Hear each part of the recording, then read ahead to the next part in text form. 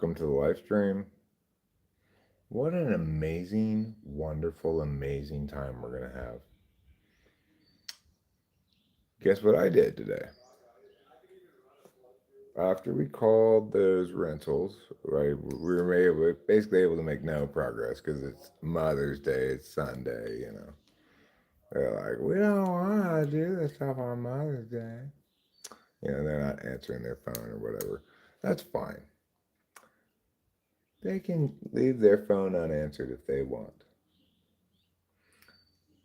Because I asked AI to put follow up things on my calendar so I know who to call back tomorrow. AI is really being super helpful for me. Uh, but maybe more significantly, Carlos Paiva was saying this morning, oh, you should apply for a job now. Well, not a terrible idea. So I applied for a couple jobs. I would fully expect to get both the jobs since they're not especially high paying and they're both like exactly in my wheelhouse. Hi, Daniel Berry Sports Highlights. Happy Sunday. Happy Mother's Day to you. I know you are a mother, and I respect that about you. How many kids do you have? You have six daughters? Wow. Your uterus must be tired.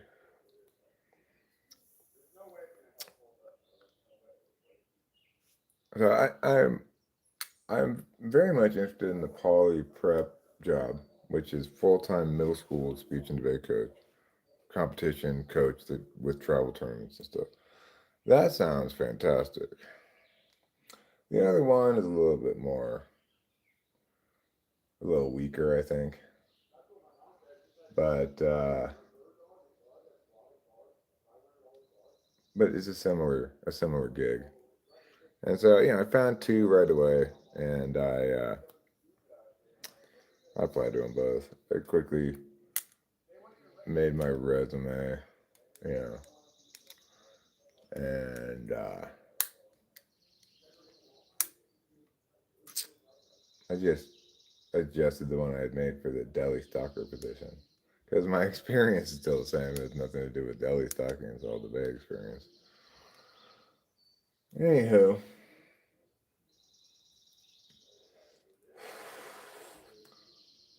if either of those places does not offer me the job, they're complete idiots.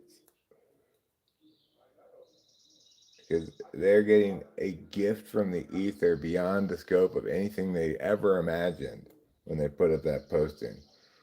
Like, you hope for somebody decent. They are having applying to them in their little schools. They're one of the best coaches in the country. So I should get those jobs, no problem. I put in some pictures in my resume of like my kudos team at nationals where everybody's got freaking trophies. We got these big schools of excellence in front of us and stuff. I put in a picture from my debate teams. I put a picture from my autonomy team.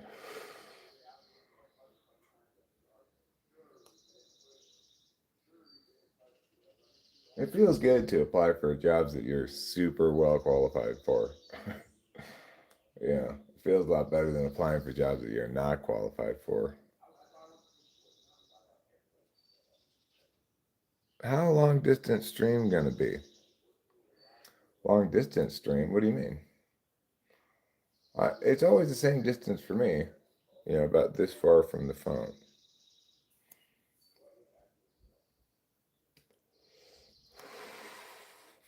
Lawrence Butler, we could really use your help here. We're down by a run. There's a man on first. Don't strike out.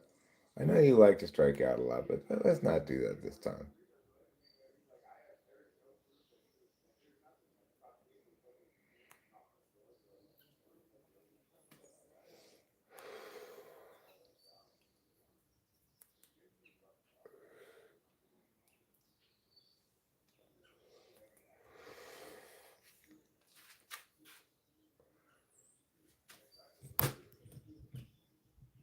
So, what else can we do to move things along today? Well, it's not a great day for moving things along. It's Sunday, it's Mother's Day.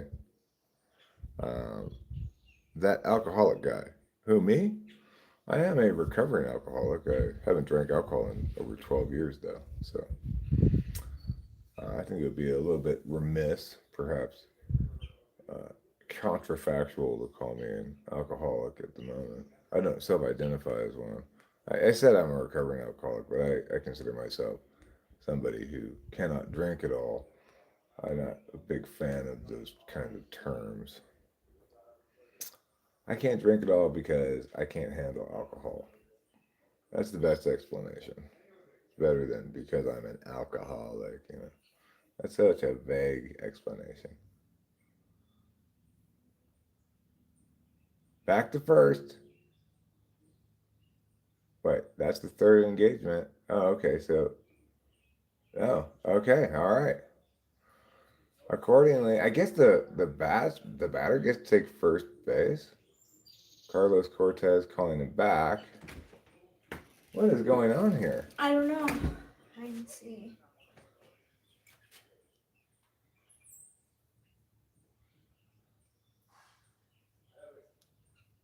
So he's not going to be charged with a balk. Okay, that's fine.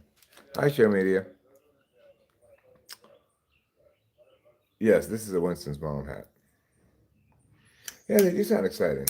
The first one is expressly middle school too, and it's like, fuck yeah, that's exactly what I want to do. Coach middle school debate. Why coach middle school debate? Well, coaching high school debate can be a little frustrating because um, at the top level tournaments, there's so much, I guess you'd call it, politicking by coaches for like, oh, he should be disqualified from this round, or people try to challenge round results and stuff, and I don't know. Everybody's so like tense at high school debate. You got all these kids who are like, we have to win the national championship so we can get into Harvard. Anybody who wins a high school national debate championship should be automatically afforded entry into any college they feel like because they're better than every other applicant.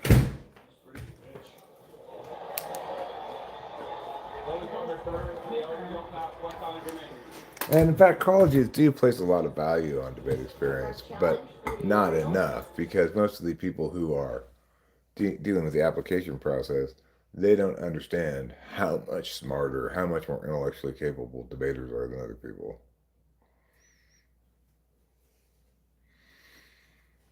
So Lawrence Butler got out. There are now 2 outs.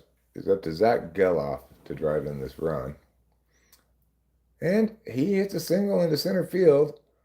Cortez is going to try to score, but I think he's going to be out. He is out. Oh, he fucking bowled over the catcher. He was out by a mile and a half. As soon as he went to center field, I was like, that's not going to score him. Cortez is slow. I don't know why they sent him. It's kind of nuts, really.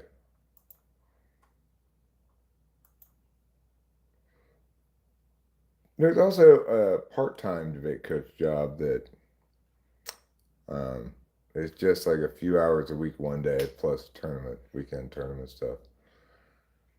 If I don't get the full-time jobs, I'll just start with just applying to these two, and then for whatever reason I don't get it, then I can look at other ones. But the one I most want is that Poly one.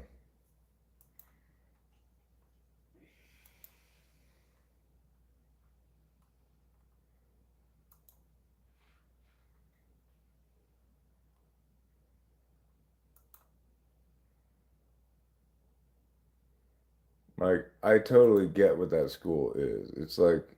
It's a private school that's trying to.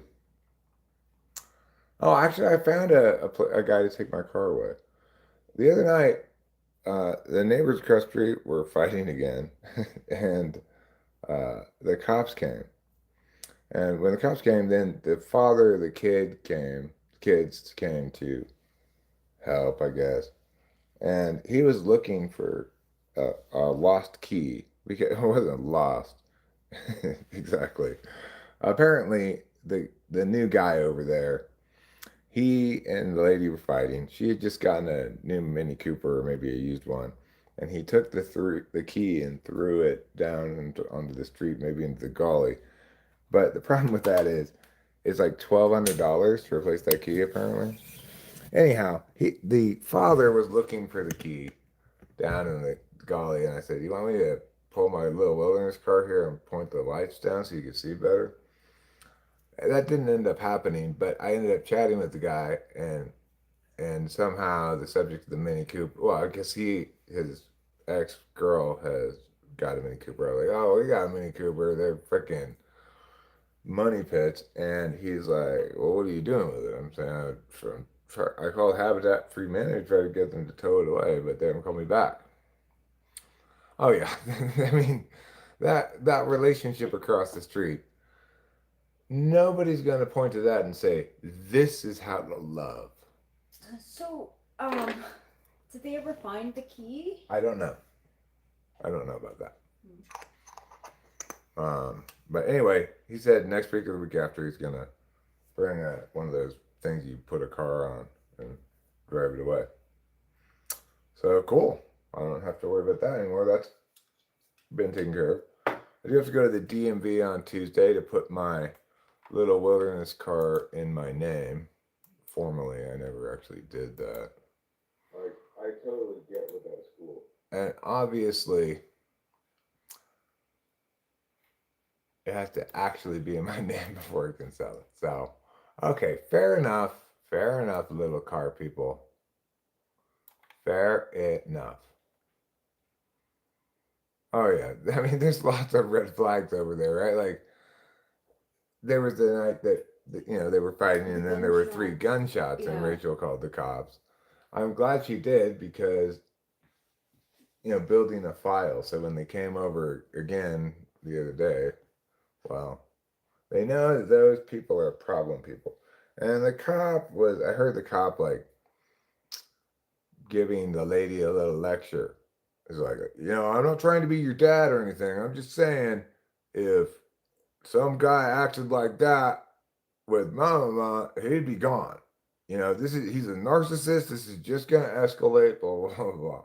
Did he say narcissist? He did say narcissist. Yeah, he did. Cop said narcissist. That's a good challenge, Shay. That's a good challenge. That is a strike. Let's see. Yeah, it nice. Is. Good call, Sheila Lawyers. Anyway, the lady came down earlier with her daughter and took the radiator cap from the Mini. I guess she needs one on hers. She wanted to see if it would fit. Since the guy is taking the car, that's fine. I don't care. Oh yes. I was afraid to see her. I'm glad you. Well, she was fine. She was polite, cool. Okay. And probably she brought her daughter so I wouldn't say anything about me or who knows why, but I wasn't gonna say anything anyway. I wasn't gonna say anything. She seems very nice. It's just they fight a lot, See, because Kay told me to watch out for her, to stay out of her way. So that's why I'm literally staying out of her way. Well, this is the first time I talked to her. Yeah. Yeah, she just came and got the cap and went back up there. And was very polite, making an effort to be very polite. That makes sense, right? Yeah. I think that we would be the same way. Yeah, well, yeah. If we fought loudly outside all the time like they do, I think we'd be mortified to see anybody. Yeah. And it's not like the neighborhood doesn't know. Everyone knows. Right. Because Kay went to not about this time. I don't know if they know about this time, but they definitely knew about the gunshots. Because Kay knows about this time too. I told her yesterday. I saw her walking a dog, and I chatted with her briefly. What'd she say? She was just like, "Oh, cool. Glad to know that chismosa." She didn't use that term, but you know what I'm saying. Chismosa means like the hot goss. Oh, yeah. Oh, wait. I told her what had happened. Oh, you told her. She didn't know before. Right. She was walking her dog, and I walked up towards where she was at the street, and she came down the driveway, and I talked to her for a little bit.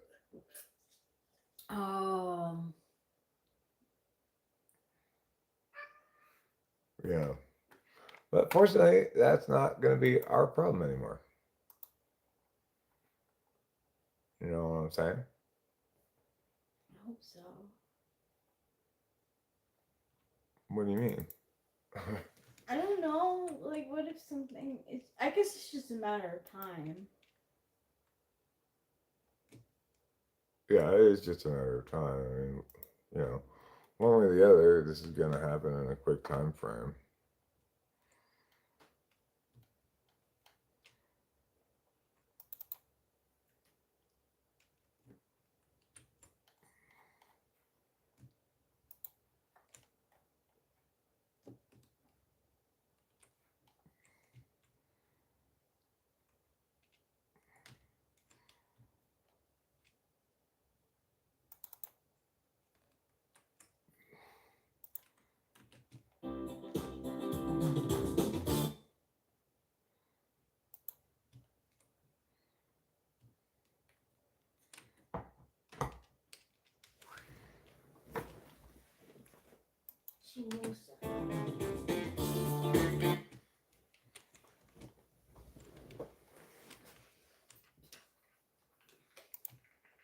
Yeah, chismosa.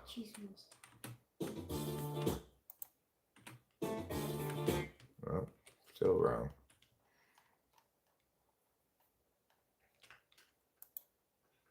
Try that one. Still wrong.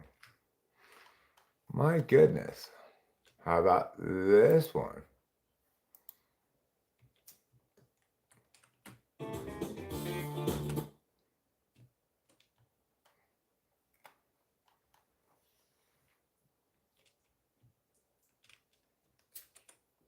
Still not right? How about this one?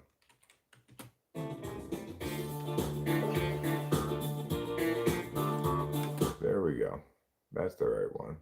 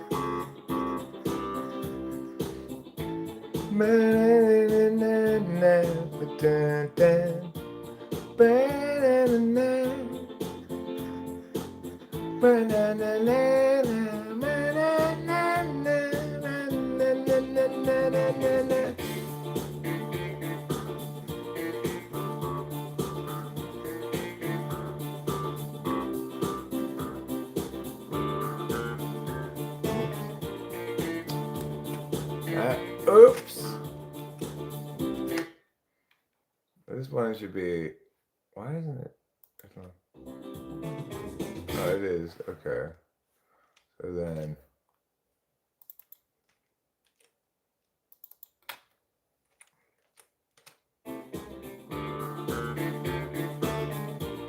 Oh, I see. I see what the problem was.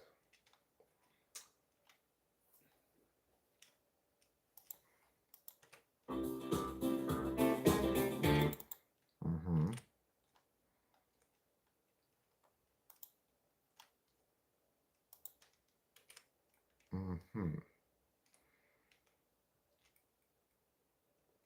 Mm-hmm. Okay.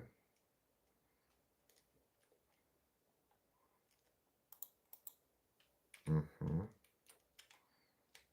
Okay. And then this one. Right here.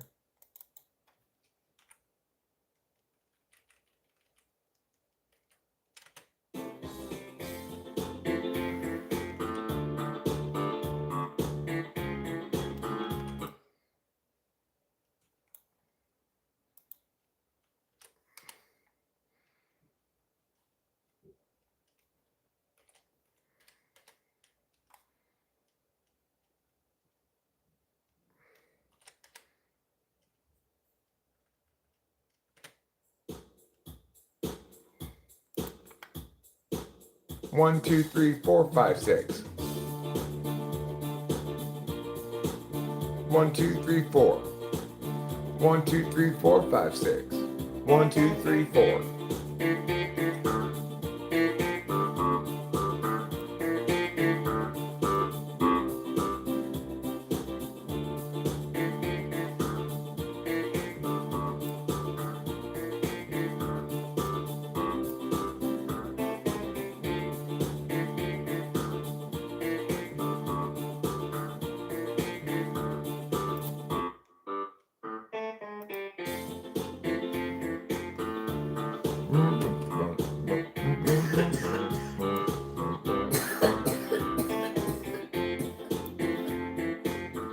Winston's mommy is here. Hello. Hello to Winston's mommy. I think Winston is a good name for somebody. Winston.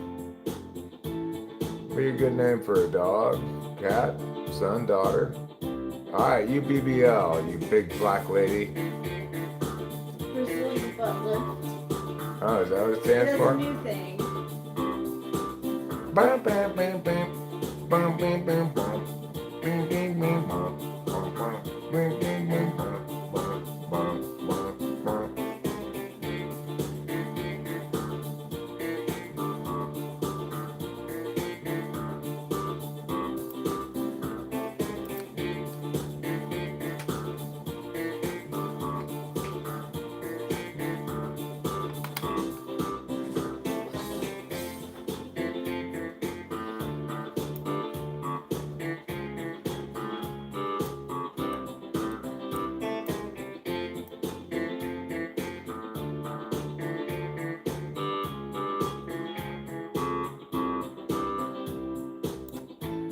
Ba-na-na-na-na.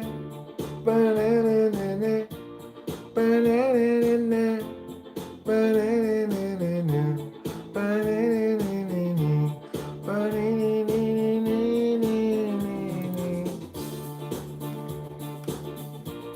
Well, it's not perfect yet, you know. It's pretty raw. And I'm not really sure if it's going to actually end up being anything because I don't really have like any vocal ideas for it, you know. But since I know most of you guys probably want to break up with somebody right now, I'm going to play you this song.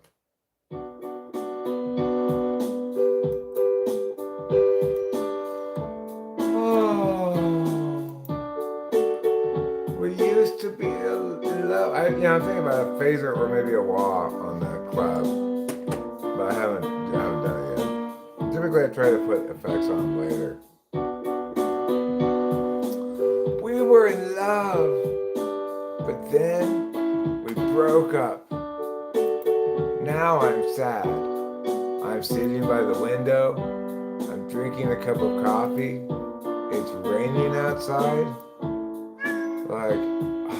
But then I remember more and I think, but my beloved lady, Now we're not together anymore. I guess I'll just do these ordinary household tasks while sighing. Do Nolene's black man voice? You don't say. My name is New Orleans Thompson.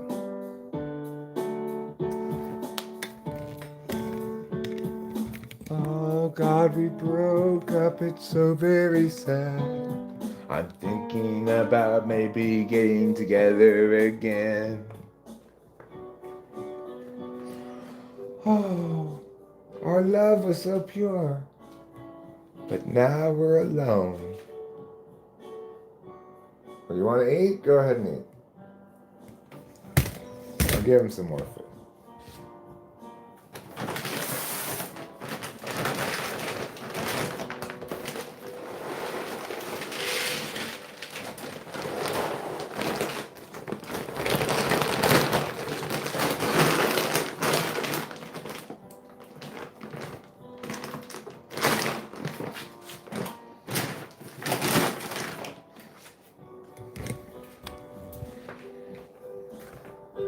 As I look out the window on this cold, overcast morn, a single tear streams down my face.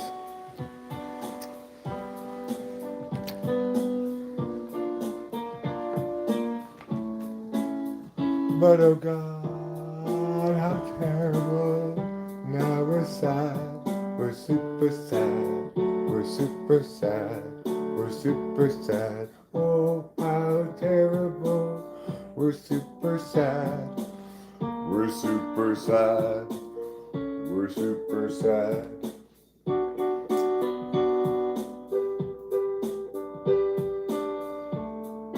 Breakup montage. That's what that song's called. It's perfect for a breakup montage. Come on, Tyler Soderstrom. We need you to get a hit here. That is a ball. Tap, Tyler. You need to tap the top of your head and get that one challenged. I know a guy who went to Berkeley and does stuff there, but good for him. That's a ball. 2 and 1. Sodi 1 for 3 on the day. He's kind of got the fate of this game in his hands, probably. It's the 8th inning right now. We're down by a run, but we do have 2 on, 2 out. If he gets out here, it could come back in the 9th inning, but, you know. Oh, Sodi swings and misses. Who is that? Kurtz gets back into second. I have that tune stuck in my head now. Bum, bum, bum, bum, bum, bum. Yeah. Doesn't it make you want to do a montage? It does feel kind of like a montage. There ain't nothing funky about your 2-bit version of God. Sorry to hear that, G. No, there ain't nothing funky about your 2-bit version of God. Nothing funky about your version of God. Get your butt out the car and go reside in the land. Laid back about what?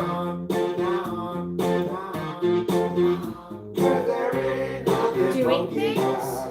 I mean, if it's a work thing, I'm not laid back about work at all. Oh yeah, no, you're not. I'm like super intense about coaching, you know.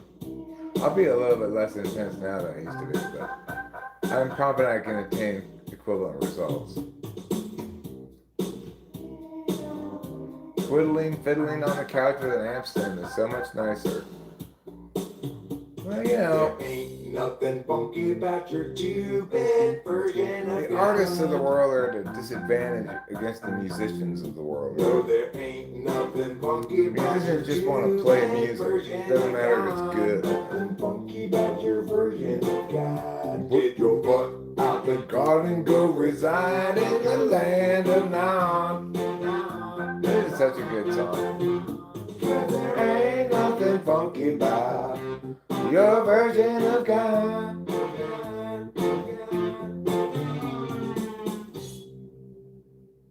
It's a real winner.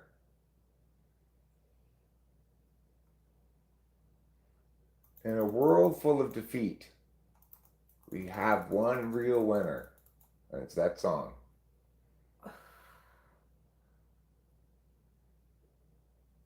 Hey, well, we're going to the top of the ninth inning. If the A's don't score here, it's over.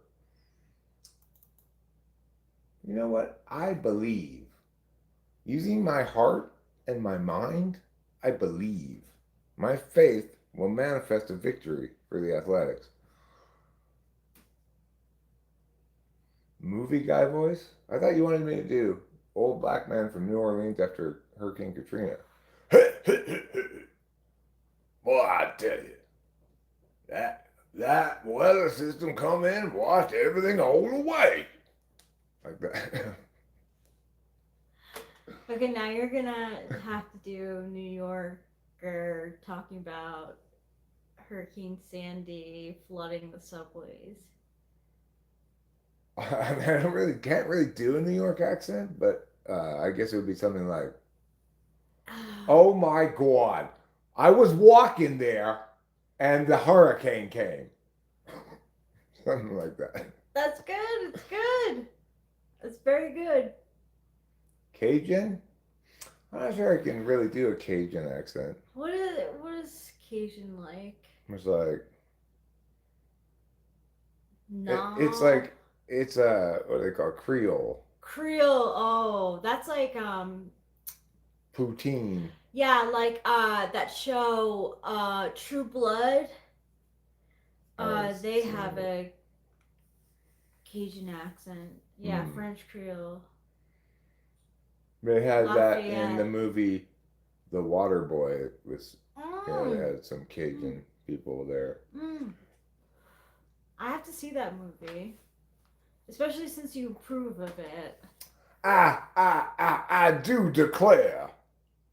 I could do Foghorn Leghorn. I do declare that I am a giant chicken. I like that scene in the movie I Love You Man where Paul Rudd is trying to slap at the bass and like his wife Rashida Jones, like she actually can do the accent, and she's like, "What are you doing?" And he's saying it like me, like slapping the bass, you know, like. Could be like a Rasta accent. Yeah. Can you do Rasta? Oh, don't solve. Try it again. Dancehall sound system. That's how they talk in. Slap at the bass. Yeah, slap at the bass. I can't do it. She does it so good. I remember one time Corey and I were reviewing a podcast. You know, we used to do the podcast review podcast, and they were interviewing this guy who was speaking like super Jamaica Rasta, and then they had an interview the guy because it was just audio, you couldn't see him or anything. Then later in the interview, the guy's like, who was himself was Jamaican, was like, "Oh, where are you from, man?" And he's like, "I'm from Fullerton."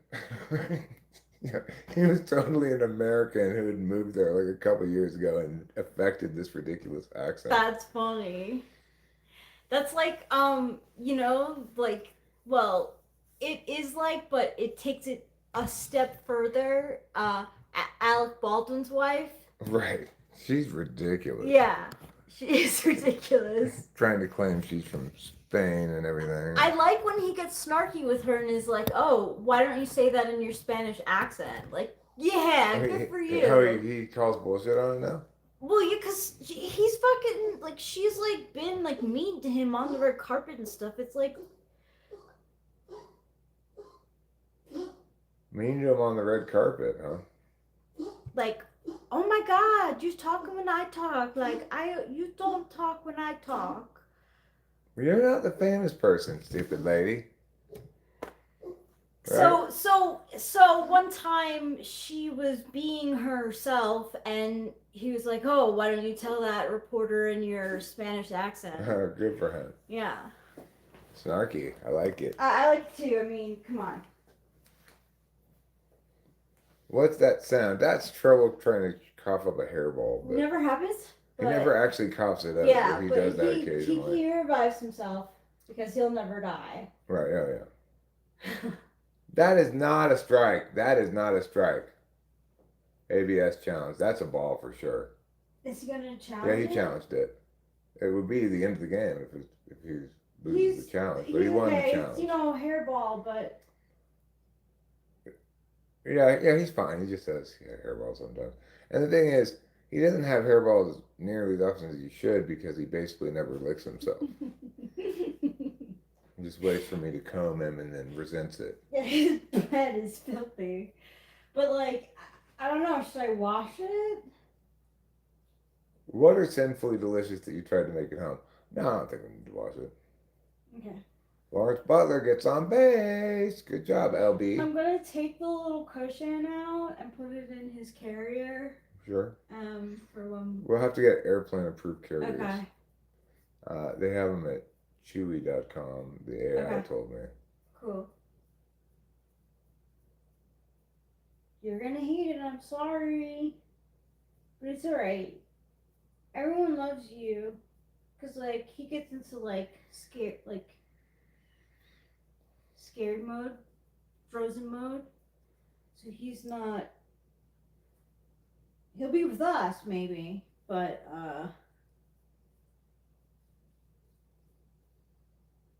One raw egg a week whipped up with some warm water will help kitties get past hairballs. I've never actually seen Capito doing that. I don't want to be a bus driver because I get motion sick over time.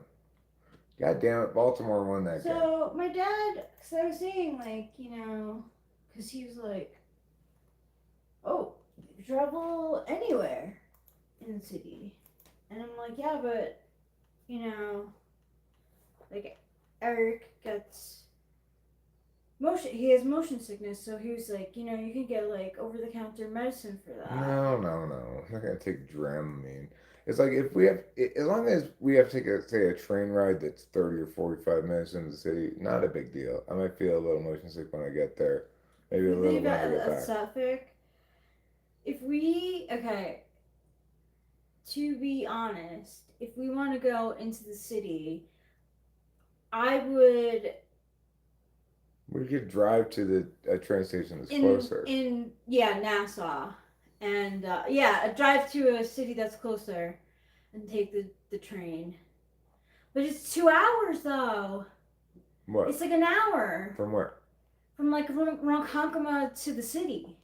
Ronkonkoma. Yeah, that Okay. would be the closest. Well, that's fine. I mean, the thing is, we understand first of all that depending on it's conceivable that I get one of these jobs before we even lock down an apartment. Yeah. Because it's very likely both these places are going to call me on Monday or Tuesday. So, if, for example, I were to get and take that job at Poly in Brooklyn, well, then we probably need to change. At this point, it would be a good idea to change our location search closer to Brooklyn, right? Okay. But if I don't get a job before we move, well, then we already know that if I end up at a job with a fairly long commute, then we'll move in a year. Should be closer to it. And that'll be fine. Okay. There are a lot of debate coaching jobs, I'm sure, on Indeed and elsewhere. But I just used AI to search for a couple, and I applied to the first two full-time ones that it gave me. Obviously, I could do high school debate too, but it does appeal to me the opportunity to go back to middle school debate. I like middle school.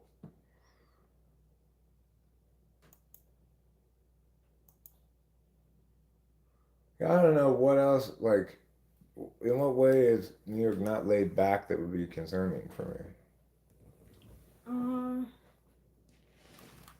It's a hustle bustle place. I mean, that's nothing fine. that you've lived in LA. I feel like if you lived in LA, like you can live in New York. Like, Yeah, for sure. Okay, so like things are kind of dirty and places smell like pee. Not all places though. Some places. Sounds like my underpants. Dirty and smelling like pee. When- The jobs I applied to today, they just require bachelor's degree and experience. So yeah, that's and a lot of city schools are like it's that. gonna be like that for debate coaches in general because, like, when you're dealing with a coach, what matters is actual competency. So You want to so sum it like up now, huh? heuristics that are purported equivalencies to competency are not very don't matter at all. Like when I was hiring debate coaches, I don't care if you got a fucking PhD. If you don't know the shit, you have no business coaching debate. I'm not sure what the joke was there. You could be a bus driver if you're good at holding in your poo. I mean, it seems like not so much a joke as something actually true. I'm fine at holding in my poo. My friend Dave Porter's a bus driver. You know, it's the sort of thing that if I struggle to find adequate work or work that pays well enough in my field or something, then I can go further afield and look at other kinds of jobs, be they probably not bus driver, but something like work at a grocery store or whatever would be fine, work at Trader Joe's or something. And as far as hustle goes, I'm excellent at hustling at work. I bust ass and get shit done, you know. Well, nobody wants to hold in their poo, but it's also the case that nobody wants to poop their pants while driving a bus. So those two things may be in conflict, you know. That's sad that the Athletics lost today. That's okay. We've won 3 of the last 4 now because we had won 3 in a row before today. Now we're down to 21 and 19. We were 3 games over 500. Now we're 2 games over 500. That's fine. The only team that's actually doing well in the entire American League, well, 2 of them really, are the Rays and the Yankees. Yankees can be that good because we beat them. I mean, the Yankees are kicking all kinds of ass this year. They've got, I think, one of the best records in the majors. Really? Yeah. But see, here's the thing though. They could do that because they did that last year, right? They had a great year last year. But then it comes to like big important times, and it's like, what happened? Like this is like your moment. Well, what happened was, you know, they had a little bit of a trouble in the ALDS, the ALCS. That's where they lost to Toronto, right? Yeah. ALCS, yeah. Mm-hmm.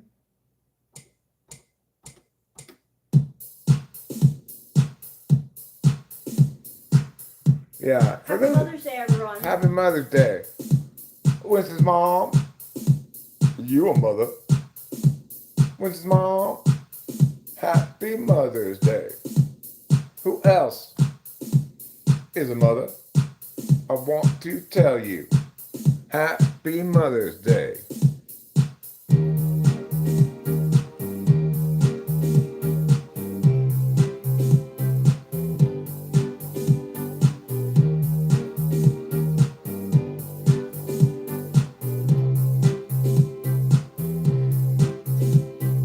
Happy Mother's Day is why I'm wishing everyone a happy Mother's Day.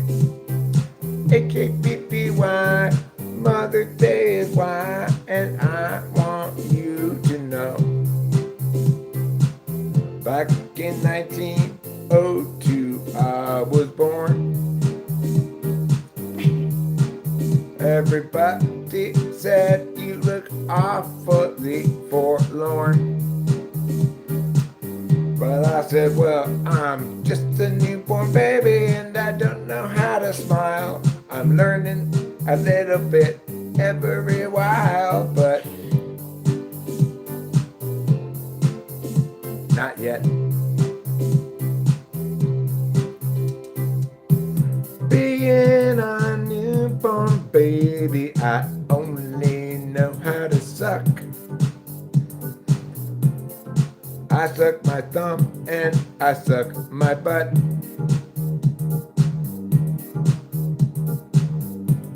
I've gotta get out of here soon. I'm going to the Grand Canyon at noon, and I'm going to jump over it on a horse. Giddy up, motherfucker. Giddy up so fast. You're my horse and we're gonna jump over the Grand Canyon at last. I'm going to ride you on your saddle, put your spurs into your side. We're gonna jump wide and we're gonna jump so high. I'm telling you, come on little horse, giddy up. We gotta go to the edge of the canyon, of course. And that's where we'll launch. We'll launch off and go across the canyon to the north. And then when we get there, we'll land on the ground and I'll say, wow, good job. Because you're a horse who jumped over the Grand Canyon.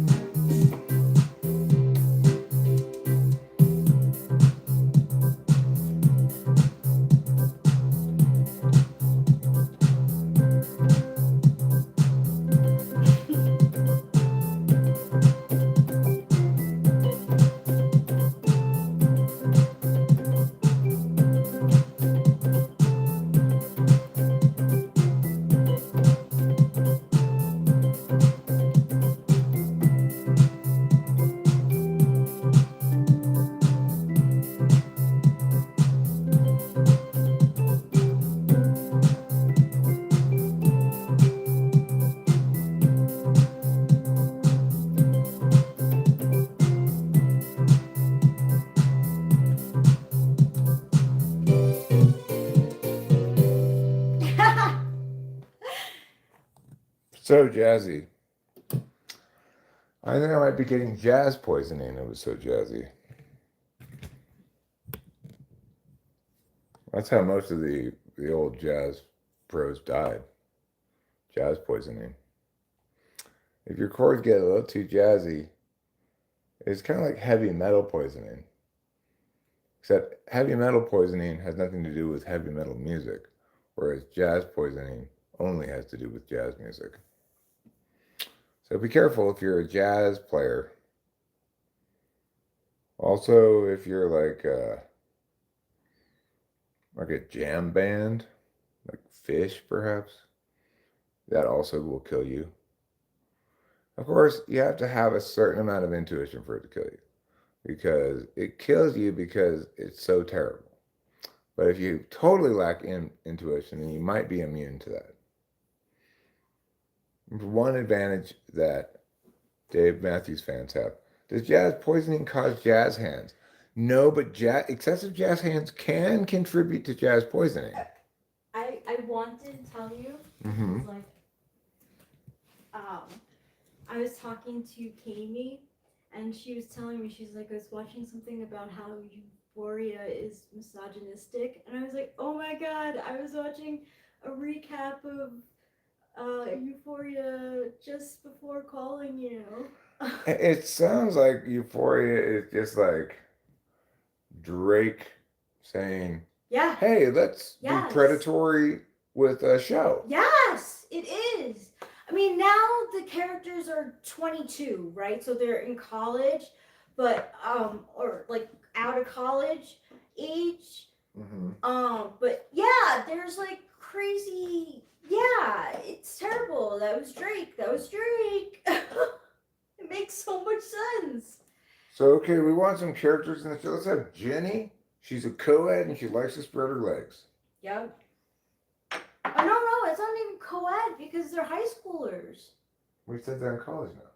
Like, now they're 22 and one of them got married, but their husband owes $1 million to, some mafia people and or money sharks, something like that. He borrowed money from the mafia? Something like that.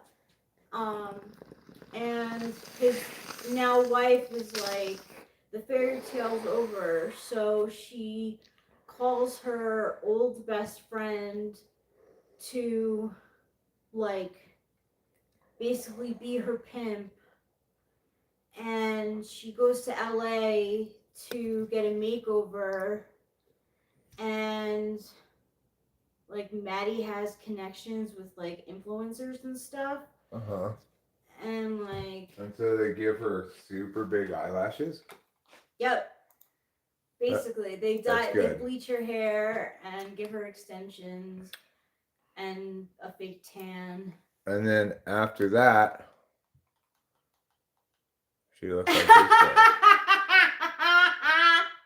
Looks just like these girls here. That's funny. Yeah, pretty much. What should we order? Girl, I can't see a thing. Isn't that silly? That's such a silly name. I like it.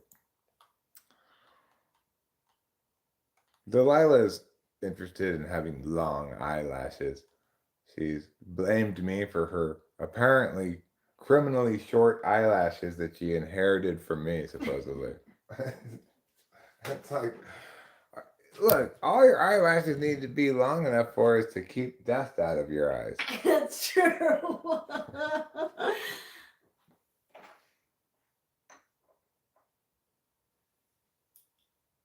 But at least she's not one of those ladies with the ridiculously long fingernails. I don't understand how women go through life with those super long fingernails. You need to use your hands for things. I overheard. Where was I? Where were we? I walked out of somewhere. Oh, yesterday at the hotel place, the auto camp. Yeah. A lady with her daughter, and where was it there? I don't know where it was, but I saw a lady with a daughter, and I overheard that. Oh no, it was at the casino. I was washing my hands and like putting on my lipstick, and the mom came out, and then her daughter followed, and she's like, ah, and she's like, oh my gosh, it's so hard to pick up anything with these nails. It's so funny, and I was like, they were laughing about it. You're choosing to cripple yourself, basically. Like, you have to like. Sometimes you see ladies who have to type have these long nails, Yeah. and they're kind of like.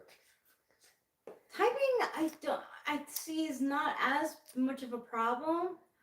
Maybe it depends on how long they are, because still, like if they're very long. Yeah. But picking up coins, forget it. You have to go pick it. You have to put your finger on it and then like Slide it into your hand. Well, long hair is not easy either. Nope. Rachel has long hair, and for her, washing her hair is a big deal. She's like, "Oh, I'll wash my hair this time so that it meows and before meow. Me, I barely even notice when I wash my hair. I'm just washing my face with soap and just get the top of my face too, which is the top of my head. My face ends all the way up here. This is where my face ends. Wow, that's where it ends. Yeah, that's where it ends. It begins down here. I have a very long face. That is a very long face. That's why I folded the top part of my face down over the top of my head. It used to go up like this. People would say, why is your forehead so high above your head? And I'd say, that's not my forehead. That's my face. Thank you.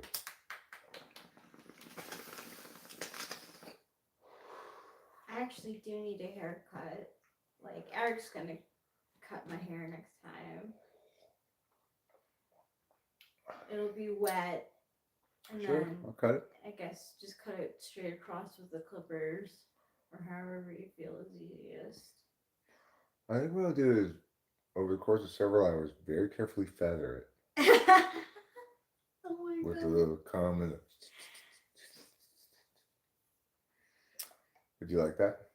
No? Okay. I just did what you said then. It's fine. I could also get some aluminum foil and put different parts of your hair inside of aluminum foil. You can. I think that's for dyeing it, maybe? Okay. I could maybe get some fake hair extensions. Sure. Because, like, your hair's long in the back, but maybe it should be exactly as long in the front so you're symmetrical.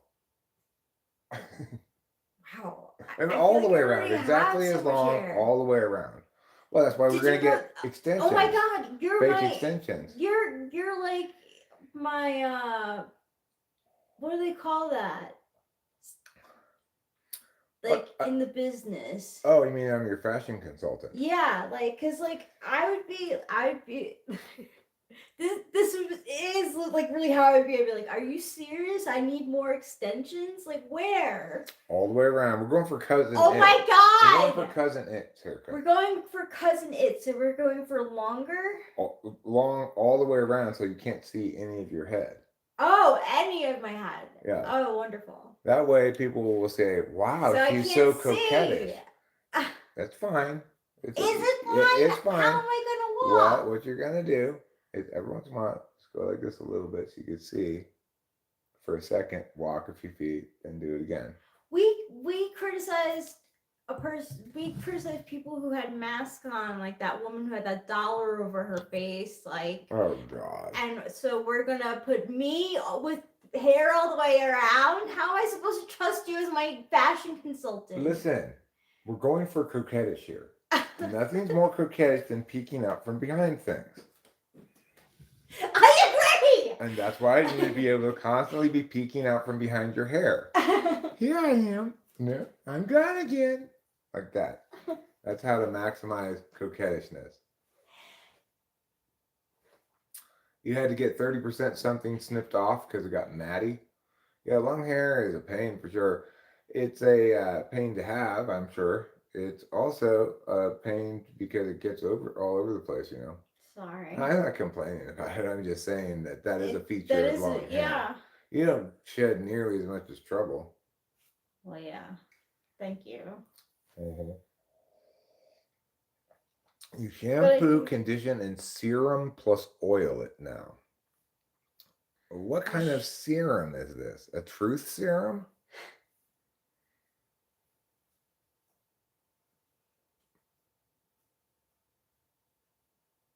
A serum. You know what? What other kind of serums are there besides truth serums? We could ask AI. AI would tell us. Like besides like face serums? I mean, is there shouldn't serum be like a little container of liquid? Yeah, it is. Like there's serums for your face and it's liquid and you use it on your face. That's all I know about it. Are there other serums besides truth serums? Your mom's serum. AI says, yes, my mom is a serum. I love your mom. Happy Mother's Day, Jenny.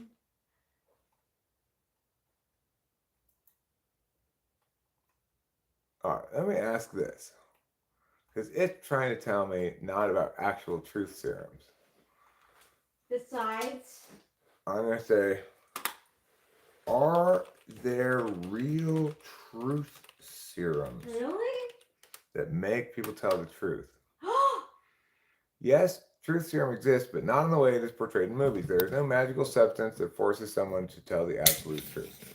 Truth serum is a colloquial term for certain psychoactive drugs, mainly sedatives, that loosen inhibitions and make a person more talkative, similar to the effects of alcohol. Ooh. Most common truth serum is sodium pentothal. That's what I've heard of before. Sodium pentothal. They do not reliably force a person to tell the truth.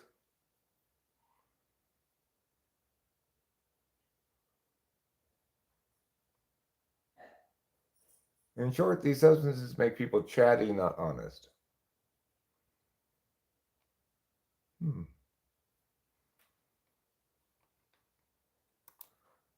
Who still uses sodium pentothal?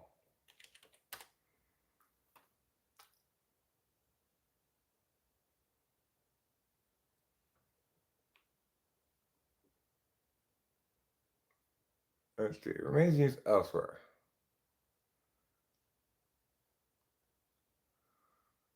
Sole U.S. manufacturer ceased production due to its controversial use in lethal injections. It's used in veterinary medicine. to induce anesthesia for brief surgical procedures. Some doctors still consider it a first line anesthetic for certain high risk patients, such as those with severe brain swelling or cardiovascular issues. It is still occasionally used for narcoanalysis, a technique where patients are sedated to help them recall repressed memories. And correctional facilities, still some of them use it in their execution protocols. The primary reason for its decline is the emergence of propofol, which is easier to control and wears off much faster. Propofol.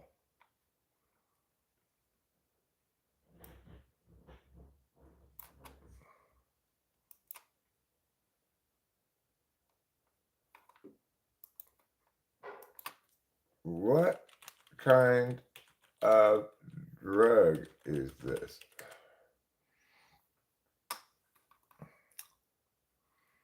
Propofol is a powerful, short-acting intravenous anesthetic and sedative. It is the most common drug used to start and maintain general anesthesia in surgery because it takes effect within seconds and wears off very quickly once the drug is stopped. It's sometimes called milk of amnesia. It's famous for its milky white appearance and its ability to cause temporary memory loss of the medical procedure.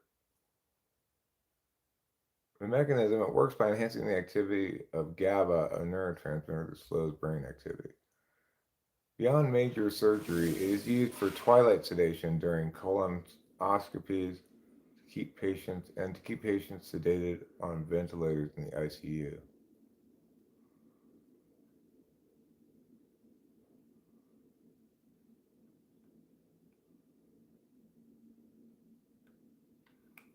That's interesting. Learn something every day. CERN changed the time dimension. We used to live on, and now my penis is gigantic. Ah, wow. Better than going the other way. When you get a new job, will you stop streaming? No, of course not. I just won't. I mean, obviously, I'm not going to be streaming at work, but uh, I've had a job before while having this channel. I still was very active on it. I brush it thoroughly and just contention when I go out. It's ponytail. Contention? You mean, I'm not sure what you meant there by that one.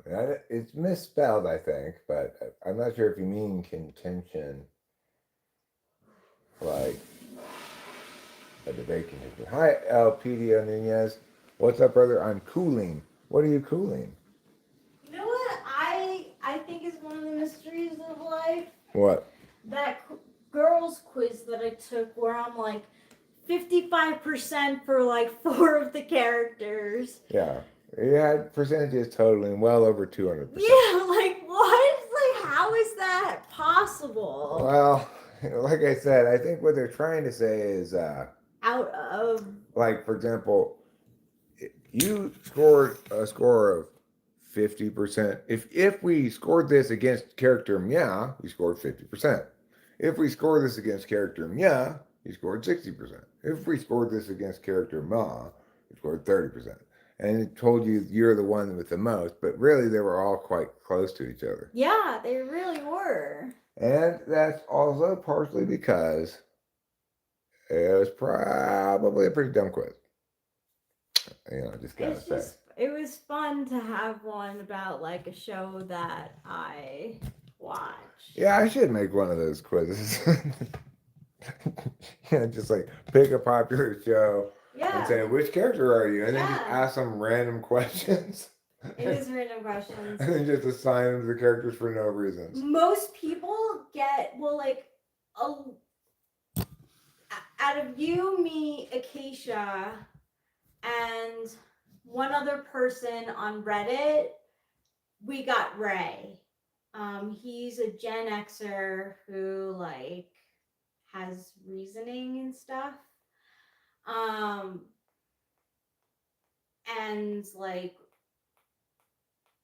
one person, Kimi got Adam. This one other person on Reddit got uh Hannah. So it's like, but like I don't know. I'm okay with my answer, but I was like, huh? Like like I thought it's supposed to be 100%. I'm like, that's so weird. But yeah, I guess it was like out of the Adam questions, you got 55%. Like out of the Hannah questions, you got 55%. I'd like to make one of those kind of quizzes. Yeah, that'd be fun. Yeah, that's one thing I could get AI to help with too. Yeah. In fact, I could even get AI to help me make a like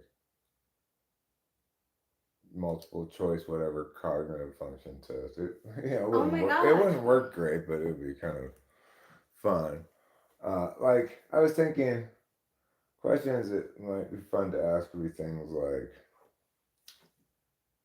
when in instances where you believe you've used your intuition, would you describe that intuition as, and list various descriptions, some of which are actually of NI experiences, some of which are NE experiences, some of which are actually SI, some of which are SE, you know, Yeah, that'd be fun. and see how that goes, and that'd be kind of complicated to score maybe, but um, maybe they have an easy way to set that up too.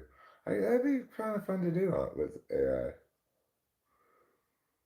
You know, I have a test before where I had like people pick value versus value, Mm-hmm.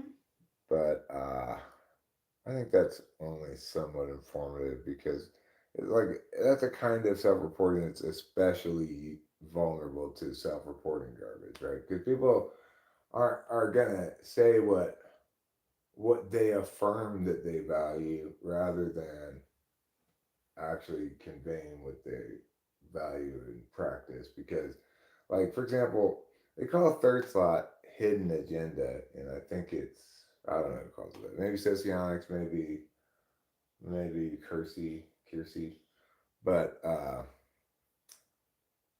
I don't tend to interpret my third slot as a hidden agenda because I know cognitive functions and I see very clearly my relationship with FE.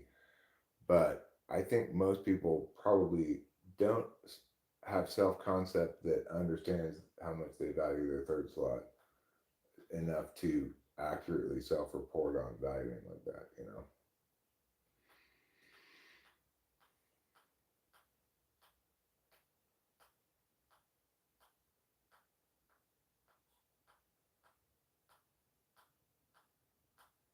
Hmm.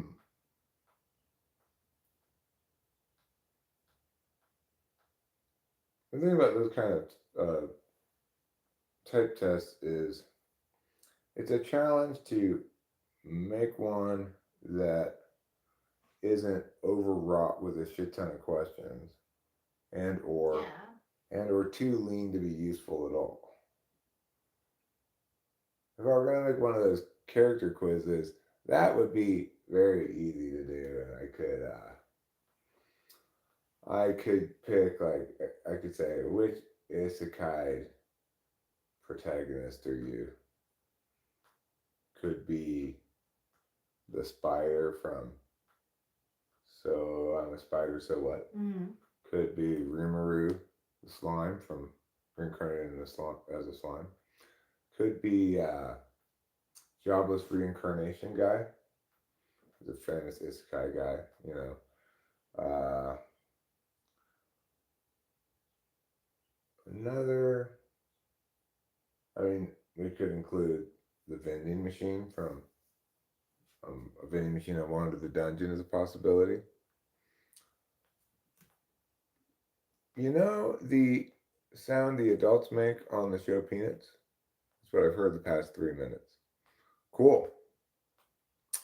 Functions mature as we age. We mature as we age. And that may express as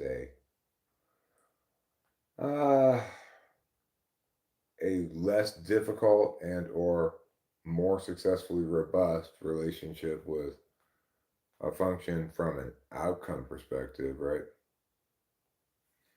But there's no change in the function. It's like I've become a better guitar player over time, but I'm still playing the same guitar, let's say. I'm not actually still playing the same guitar that was years ago, but same thing, right? The guitar doesn't mature, I do. It's not you, it's me. That's fine. I think it might have been me because for a large part of that time I was actually talking like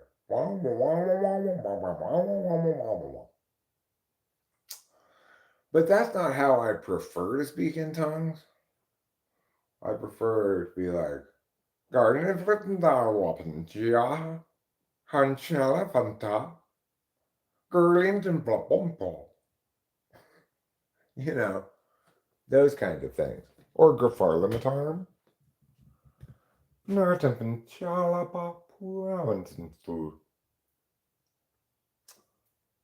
I'd like to be able to speak in a made up language that was convincing to somebody listening that I was actually talking in a language that I was actually just talking gibberish. I'd like to have that much mastery of gibberish that somebody listening to me like pretend to talk to Rachel and be like, you know, and be so fluid at it that somebody looking at me would go, oh, I guess he's speaking some foreign language that I've never heard of before. When people do that with Pig Latin? I don't understand Pig Latin at all. I can't speak it either. There's this movie called His Three Daughters, and two of the daughters who were his first wife's daughters, uh, they speak in Pig Latin to each other in front of like the third daughter, who is like of his second wife. And like I was like just thinking, I'm like, so annoying. Like I would want to know like what they were saying, and I wouldn't understand it because. Yeah, I think it's something like you take the last letter, put it in front, and something like you know, like potato would be something like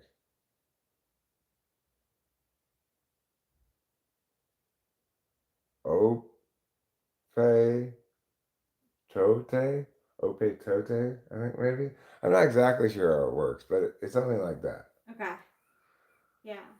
I certainly wouldn't be able to parse it if somebody were talking it. My mom could talk, but I never really heard her do so because neither my dad or I could do that.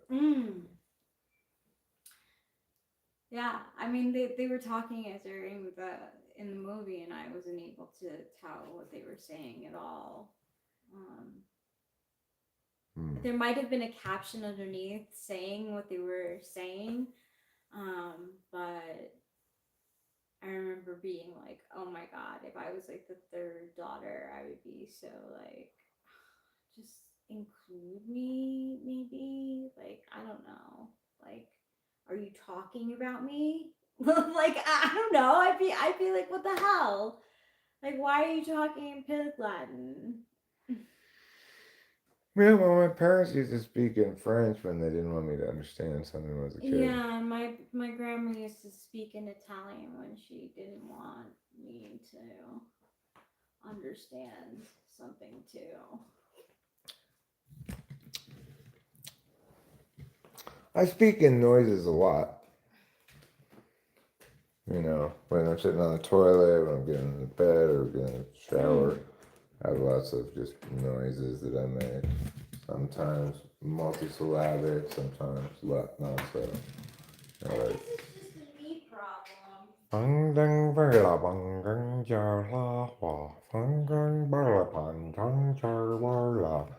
do things like that all the time. Why? I don't know. I like the feel of sounds in my mouth. I got sounds in my mouth. I got sounds in my mouth. Where do I keep my sounds? Well, I keep them in my mouth. That's why you can hear them when I open my mouth, because I got sounds in my mouth.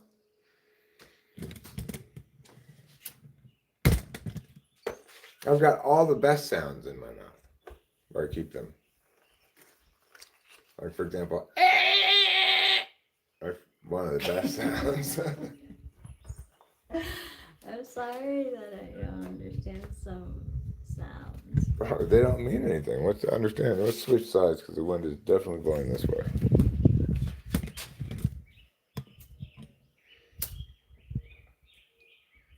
Hey, what you got there for me? I got some sounds in my mouth. Reach inside and pull one out and see what sound you got. What? Your Wow. Missouri roots are showing. My what? My Missouri rooster? Roots are showing. Oh. Yeah, like, because, like, your grandma came from Missouri, right? Missouri. Yeah. Missouri. Grandma came from Missouri where she washed her clothes on the roof. Oh, that's so much. I got the sounds of washing on the roof. That sounds so good. Oh my God, it's black as sin. That's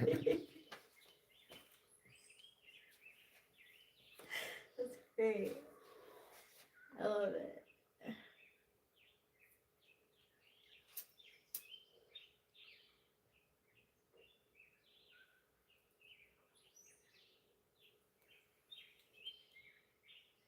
Oh my God, Barbara, that's amazing. You know what show is really quite terribly written? I keep watching it anyway, and it's just basically ridiculous, but I keep watching it anyway. La Brea. What happens in La Brea? Well, obviously, the first thing that happens, and this was kind of an interesting part, I guess, a big sinkhole opens in Wilshire in LA, and all these characters, instead of dying when they fall in the sinkhole, they wake up at the bottom of the sinkhole, and it's like a whole other, it's LA, but it's 10,000 BC. But, for a while, they could see the rift that up in the sky still, but then it closed. How are we going to get back? We're stuck in 10,000 BC. Wow. A lot of crazy stuff. All of it either somewhat dumb, very dumb, or extremely dumb. Like, all kinds of shit's going on. First of all, throughout, like, all the episodes I've watched so far, maybe until this moment right now when it seems like they're going to get rid of him for a while, the main character and his wife and two kids are stuck down there. Where first it's just him that gets stuck down there. Then his wife and no, he's stuck up on top. His wife and his kids are stuck down there. And then he joins them, but also she cheated on him with the main character protagonist guy's best friend, both of whom are in the military. Um, and it's like they have this whole like I can't choose thing that she does for all these episodes. It it's like, well, when she had the affair, supposedly like he was drinking a lot because he was having these visions that nobody believed, but they turned out to be true, and she's like, oh fuck. And as it was, listen to this. When she was sleeping with his best friend, which happened like before the show started, right? Like, but it's referenced as in the past of the show.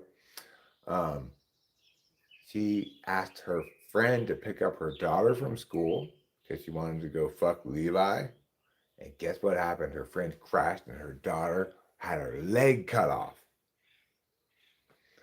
And now she found out that her husband's visions were true the whole time.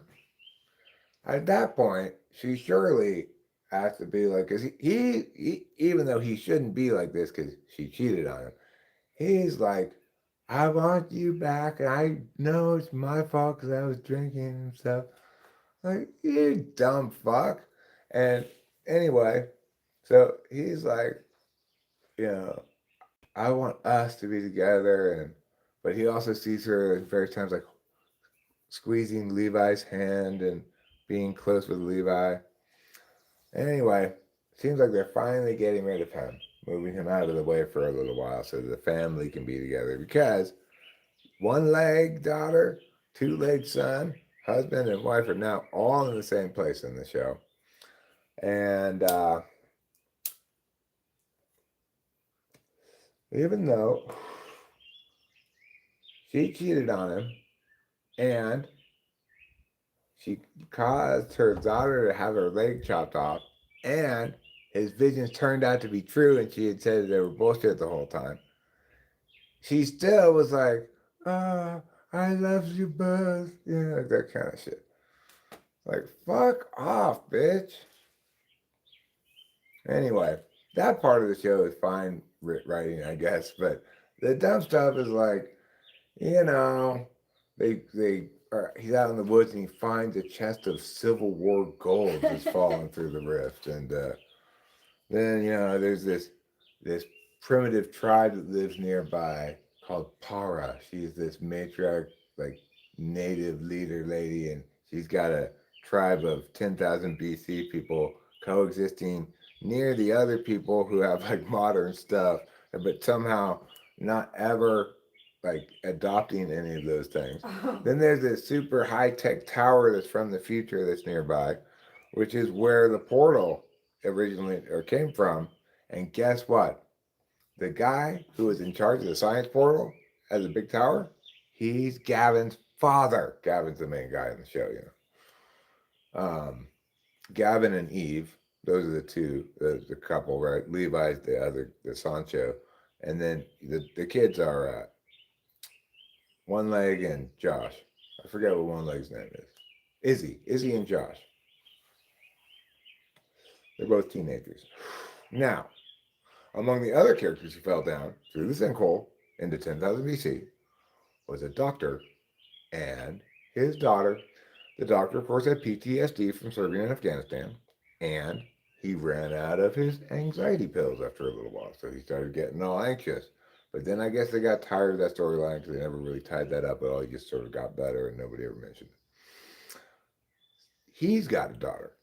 His daughter was pre-med, but then quit the pre-med program, much to his disappointment. She only told him, though, when they were already down in 10,000 BC. How many storylines are going on in this show? Let me tell you something. Guess who's got a little bit of chemistry going on? Remember Josh, One Leg's brother? Riley, the daughters of the doctor, they're smooching now. Okay, now let's talk about Scott.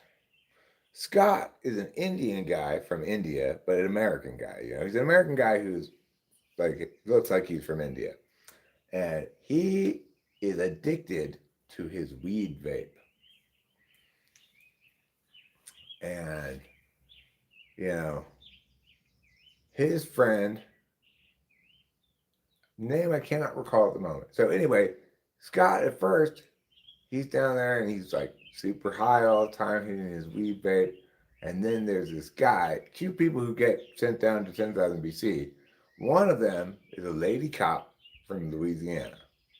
The other one is her son. Now, turns out she was chasing him from Louisiana to California because he had a trunk full of heroin in his car and was going to make a big heroin deal. And she wanted to save him from that life of crime. She wasn't trying to arrest him, right? Because she's his mother. Well, it turns out, guess what? There's a lot of beef between the two of them. And why? Because his mother had already shot and killed his father. Well, we find out later that his father, in fact, was a big drug dealer, but he was also a cop. He had stolen evidence from the evidence room and was using it for his own profit. He had roped his son into this life, and they were doing deals together. But it turned out the father got caught by the police department and was going to blame it all on his son, send his son away for a long time and get away scot-free as a cop, pretending it wasn't him. So his mother shot his father to prevent that from happening. But he didn't know that was why until his mom told him in 10,000 BC. And he was like, oh my God, you really do care about me. I thought you were just murdering my father for no reason. Why she didn't tell him sooner, I don't know either. I'm not sure either. Anyway. That's like in No, go ahead. Go ahead. Continue. No. I'll pick up where I left off. Go ahead. That's like in Euphoria. Like Rue has this like crazy idea to get drugs from a drug like lord woman, and it's worth like $10,000 or something. Probably Mhm. probably more than that. Like you know, drug lord doesn't really trust a drug addict. So anyway, she like goes on this like she has like this manic episode where she just like breaking down the house, breaking down doors, scaring her mother and sister, and she doesn't say like okay because her mom and her girlfriend find the suitcase with all the drugs and like get rid of them.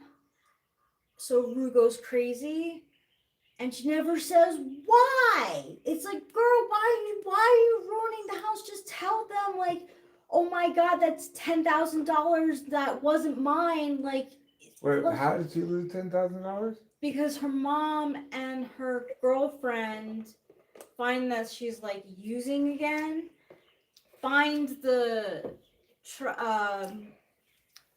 drug lord's drugs and gets rid of them all. What a dumbass. So they get she's angry, right? That's not her drugs. Right. But she never fucking explains that. Horrible. Like, just explain it and then it would be like understood, right? Like, oh shit, we have to come up with this money. Like we also fucked up.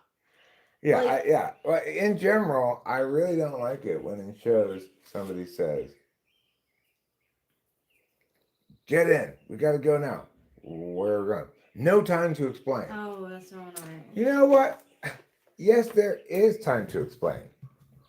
You can explain it a little bit, unless somebody's like hanging off the edge of a cliff. She's so like instead of saying like, oh, those are like drugs that I took from a drug lord. Get me out now. Oh, $10,000, which can be made somehow. You know, like she rips apart the house.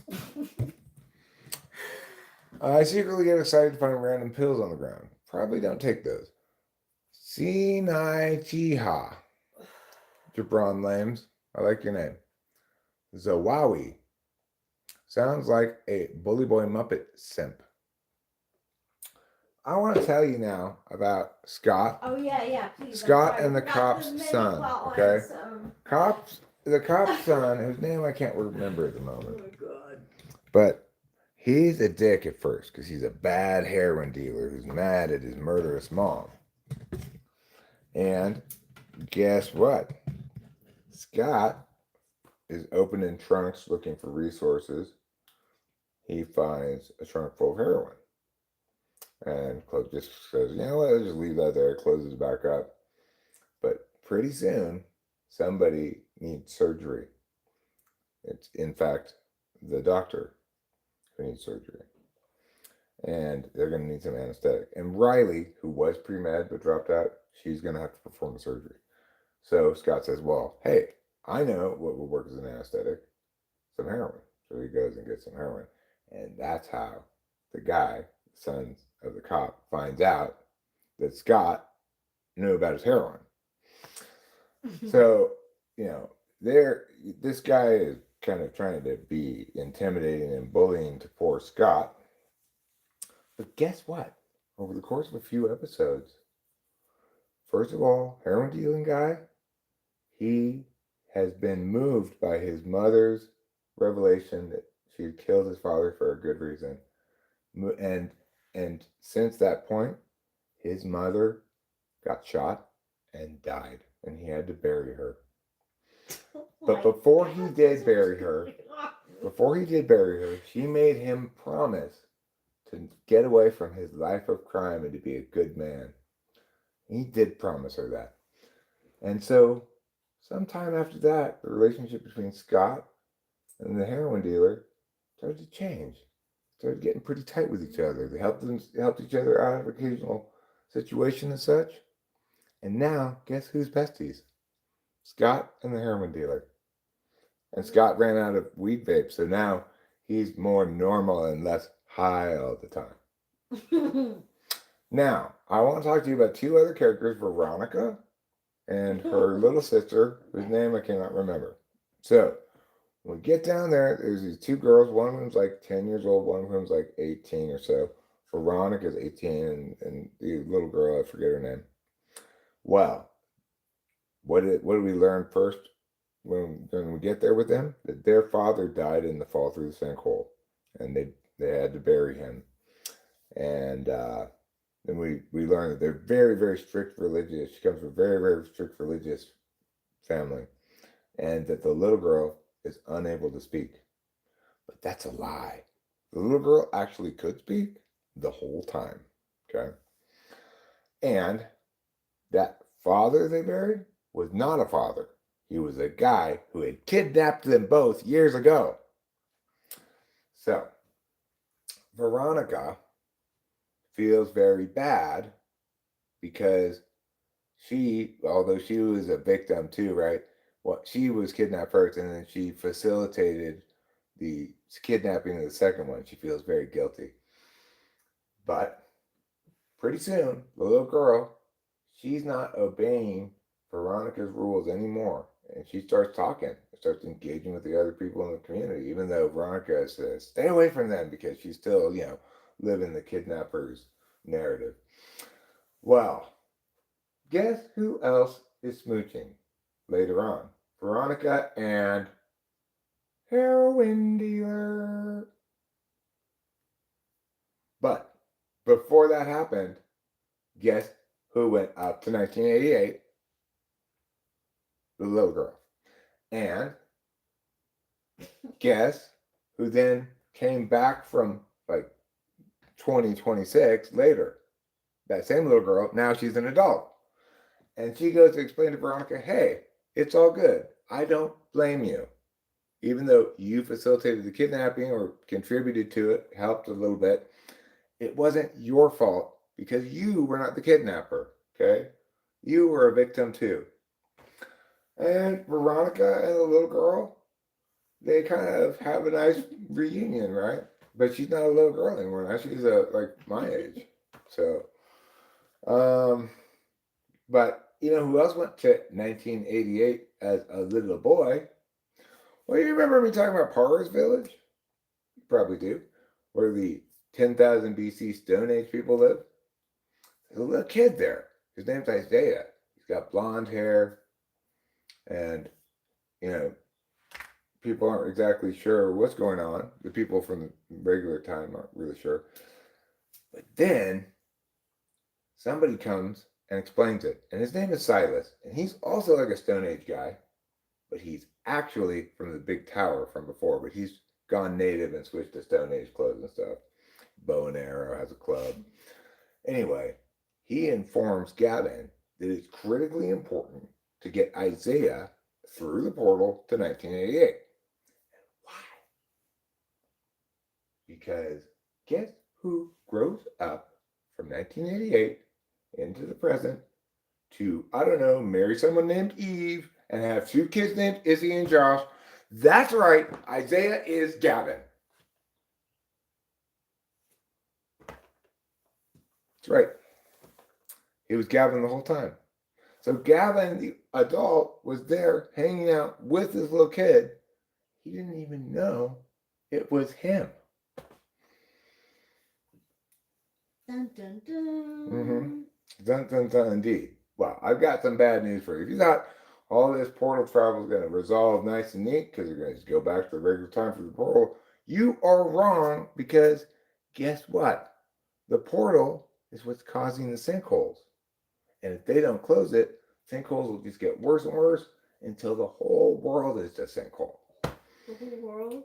The whole world. Wow. And then everybody will be in 10,000 BC, I guess. So they've got to close the portal. But only 2 people can access it via the genetic handprint biosignature thing to enter. Those 2 people are the main guy from the tower and Gavin. Why Gavin? Because the main guy from the tower is Gavin's father. Bum, bum, bum. They even have a meeting where he says to him, I am your father. Just like Star Wars. So, their father's like, this portal's fine. We'll go travel around, go to 88. You do your thing, come back, get your family, go back to regular time, no problem. We'll do this. But when he does go to 88, guess who he meets? Somebody who used to be with the tower, but is now in 1988. Somebody called his mother. That's right. Gavin's father and Gavin's mother are in fact in charge of the tower. They had him as a baby in 10,000 BC. He then traveled to 1988, grew up to current times, fell in the sinkhole back to 10,000 BC, and is now the only person who can successfully close the portal. But if he does so, he and his whole family will be trapped forever in 10,000 BC. Oh my god! Yeah. I should do the Mariposa storytelling thing and tell the story of La Brea. Yeah, you should. Yeah, I got a story for you. I got the story from this TV show called La Brea, okay? But that, geez, right, peek and eat. Like you're able to retell all of those. How many seasons was that show? I mean, I think I'm into the second season right now. I'm like maybe 2 or 3 episodes in the second season. Okay. I do believe it got canceled by NBC. It got picked up by Netflix. I'm not sure if they're going to continue making it or not. But you can ask AI that too. Yeah, AI I could. would know. I could. So anyway, I guess I'm kind of enjoying that show, even though it's very silly. And the actor, like, There's nothing wrong with that. yeah, they're always having like Gavin and Eve and all the characters have these very like serious dramatic moments, but it's so like oh. Well, it's like for ABC, so. It was for NBC, yeah. Oh. But it's like it's hard for me to. I feel bad for the actors sometimes because they're having to do these kind of cheesy lines, super serious, you know. That's hard for actors. Yeah, and I don't think One Leg is a particularly good actress. She's not terrible, but like I could show a scene where actually it's probably right where I left off, where we can see that she's not a very good actress. It's like she's talking to her brother, I think, in this kitchen, and it seems like she doesn't know what to do with her eyes exactly. Like,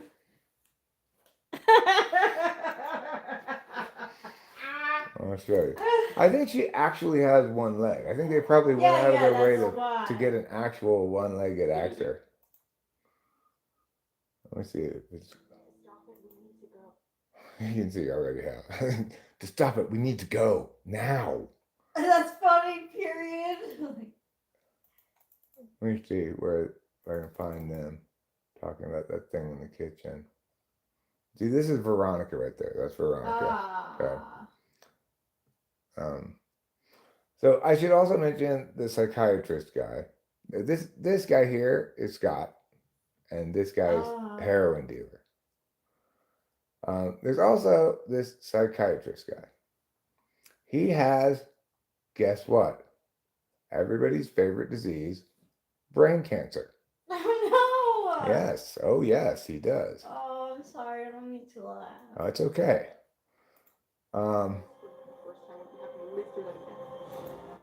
This.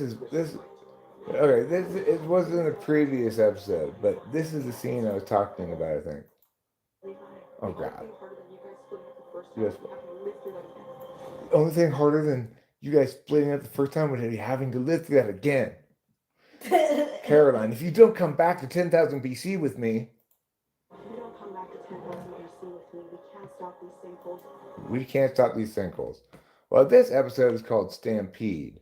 I got a little ways into it and then I was like, oh God, there's going to be a buffalo stampede? Because that's what's going on right now. Yeah.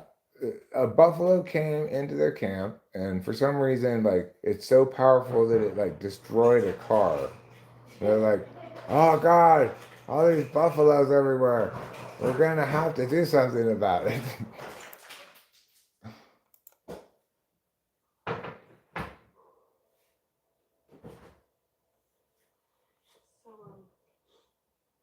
So, your mom kissed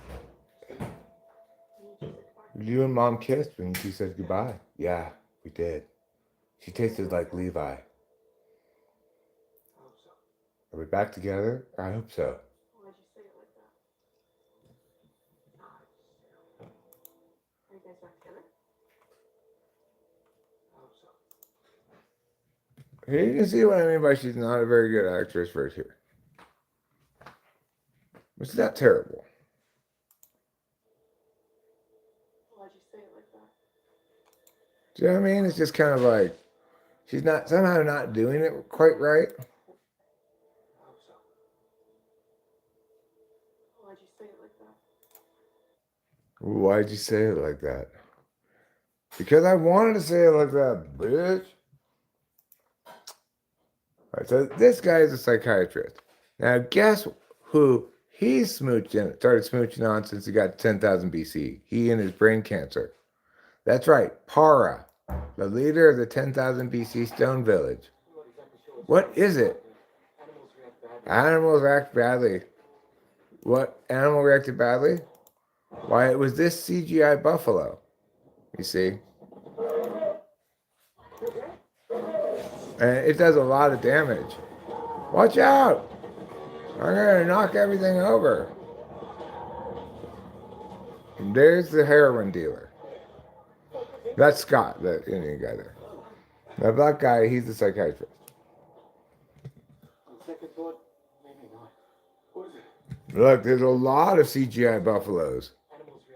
You're gonna see how many. Too many for them to just ignore. They're gonna come and knock everything over. Look how many CGI buffaloes there are. Oh shit! There are so many buffaloes. And they're gonna totally knock over all our shit. Guys, this is like really bad.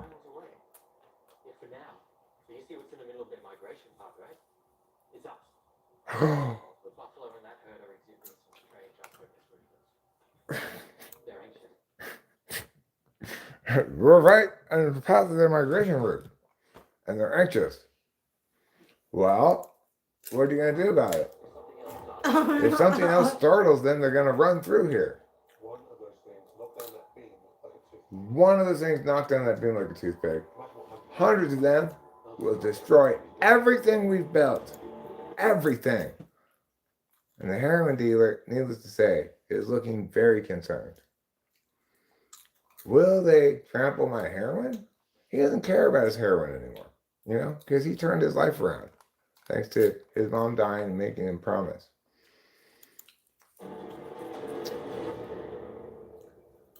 Okay, so let me introduce you to everybody, all right? Introduce you to all the people. So, who do we have here? This is Riley and her dad, the doctor, who had PTSD, but they seem to have decided to forget about that storyline. This is Gavin's mom. I know, she looks the same age as Gavin. Well, that's due to the time travel stuff.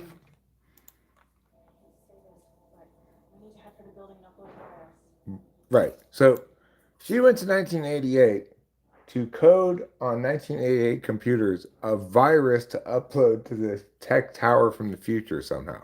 This is a girl who doesn't quite know what to do with her eyes when she's acting. That's Gavin. We made a plan to meet here. Josh will make it eventually. There's Eve. I'm sure he'll be okay. So when they all decided to come back together, even though Gavin was like, I could go by myself and you guys could stay in 1988. They're like, no, let's all go together. Even though they all jumped in the hole together, like holding hands, somehow they got separated. Josh is missing. I'm sure he'll be fine. I think Eve's right on Izzy's right on this. She has one leg, but a correct opinion about this. I think Josh will be fine. Eve hates it. I hate this, but I don't think we have a choice. We're going to have to go ahead without him right now. Oh, Eve, I hate it so much too. Riley's right. Well, come on, those aren't friends. You gotta tell them what we've done sooner or later. Might as well do it now. No, that's just gonna start an argument. Okay, so what are they talking about here? Let me explain. The doctor and Riley, his daughter, and Eve and Gavin and Izzy, they all know that they're there along with Gavin's mother to shut down the portal. But they also know that if they do so, they trap not only themselves, but all of their friends in the clearing in 10,000 BC.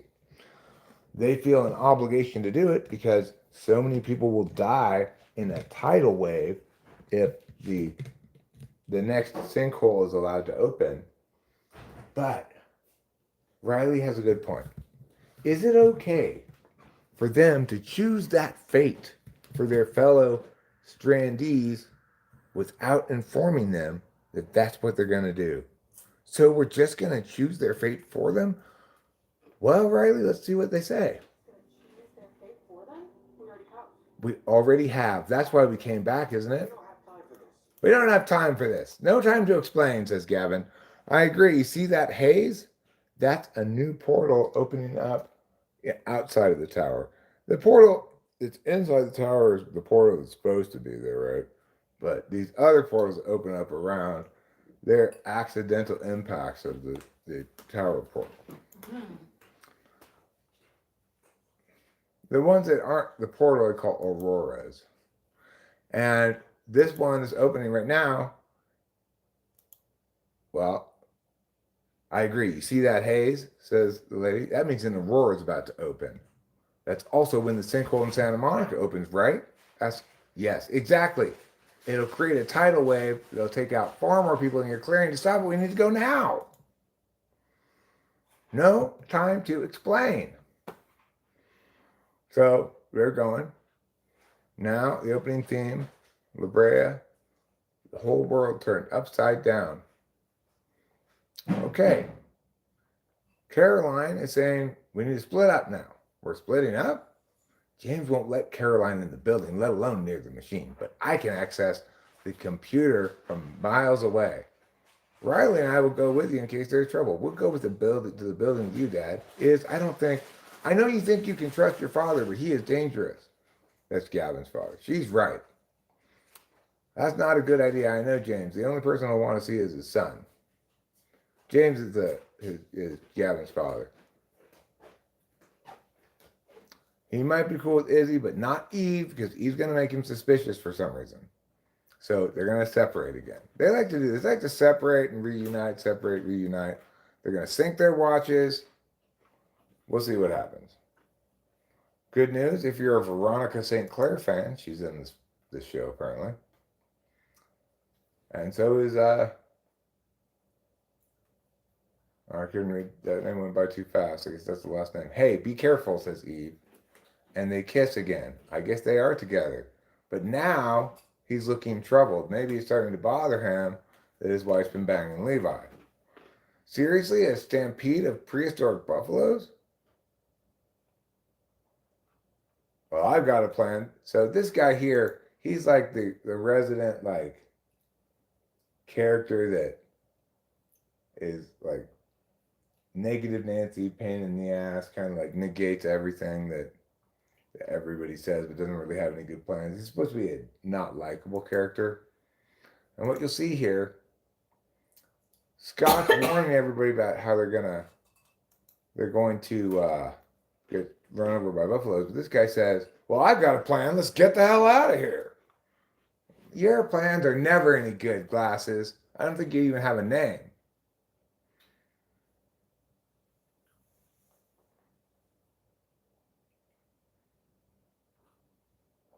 No, what do you mean no? We're not running, says heroin dealer. Nobody's gonna take all our work away from us. And here's negative Nancy. And how do you plan to defend ourselves against 40 pounds of 40 miles per hour of hoofs and horns? Listen, negative Nancy. Judah. That's his name. That's that guy's name, I guess. It's Judah. And how do you propose to defend this place against a wall of flesh and hooves running at 40 miles per hour? Yeah, that's Judah. The bad guy's name is actually Judah. We don't fight it, Judah. We divert it. Man, I think that taser fried your brain. Judah, you're a dick. Nobody wants you here in the community, in the clearing. You're always being just like, that never worked. Your ideas are always bad, and I'm always got to shit on everything. Well, you know what? If anybody gets run over by a buffalo, I hope it's you.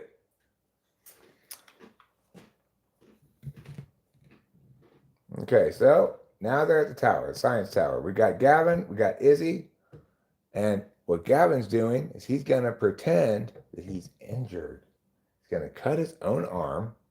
Now, Izzy's wrapping a convenient piece of bandana they had lying around, I guess, around his cut. She's asking Gavin, are you guys back together? I hope so. Why do you say it like that?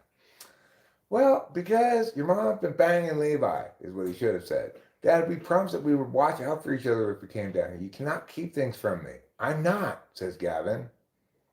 Gavin sighs. The last time our family wasn't on the same page, we pretty much broke apart. I thought once we got back together, things would be different. Well, Gavin? And she says, I guess I was wrong. Pretty sassy of you, Izzy. I had a vision, says Gavin. In 88, before we went through the sinkhole, I knew something happened. Yeah, I did too. What was his vision? Let me tell you. It was Eve, apparently dead, surrounded by blood flowers. I remember the vision, so I can just tell you. Yeah, but he said, I think she was dead.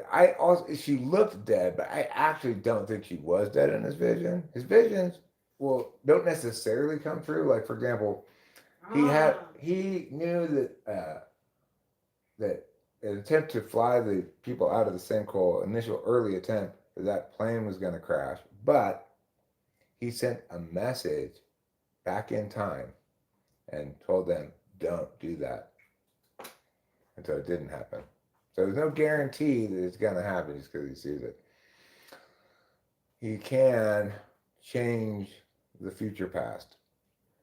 Now, Gavin is inside the tower. He let himself get captured by the guards, he and Izzy. He's hurt his arm on purpose to give him an excuse, I guess. And now he's trying to convince his dad that, in fact, he's on his dad's side. That even though his dad is clearly the villain, and you can see just by looking at him, this guy is so clearly the villain. Look. This guy would never be cast as the good guy. Doesn't that guy have a villainous look about him? Gavin's trying to pretend he's playing nice, but he's not really nice. Izzy's giving him the side eye. What you talking about, Willis? What you talking about? I want to know as well, what is Gavin talking about? When I came back down, the landing was hard on us. We're getting packed up in no time, says the dad. Meanwhile, allow me to show you Izzy around the building. So I hear you only have one leg. How'd you hear that? The little bird told me. Yeah, my leg got chopped off and my mom was fucking Levi. She had a friend. I'm gonna write her about that for the rest of her life. So, now we're back with the remaining group who's got separated, right? Remember, we originally had a large group separated off from Izzy and Gavin. We now have Riley, her doctor father, Eve, and I think the mom's name might be Miranda. Anyway,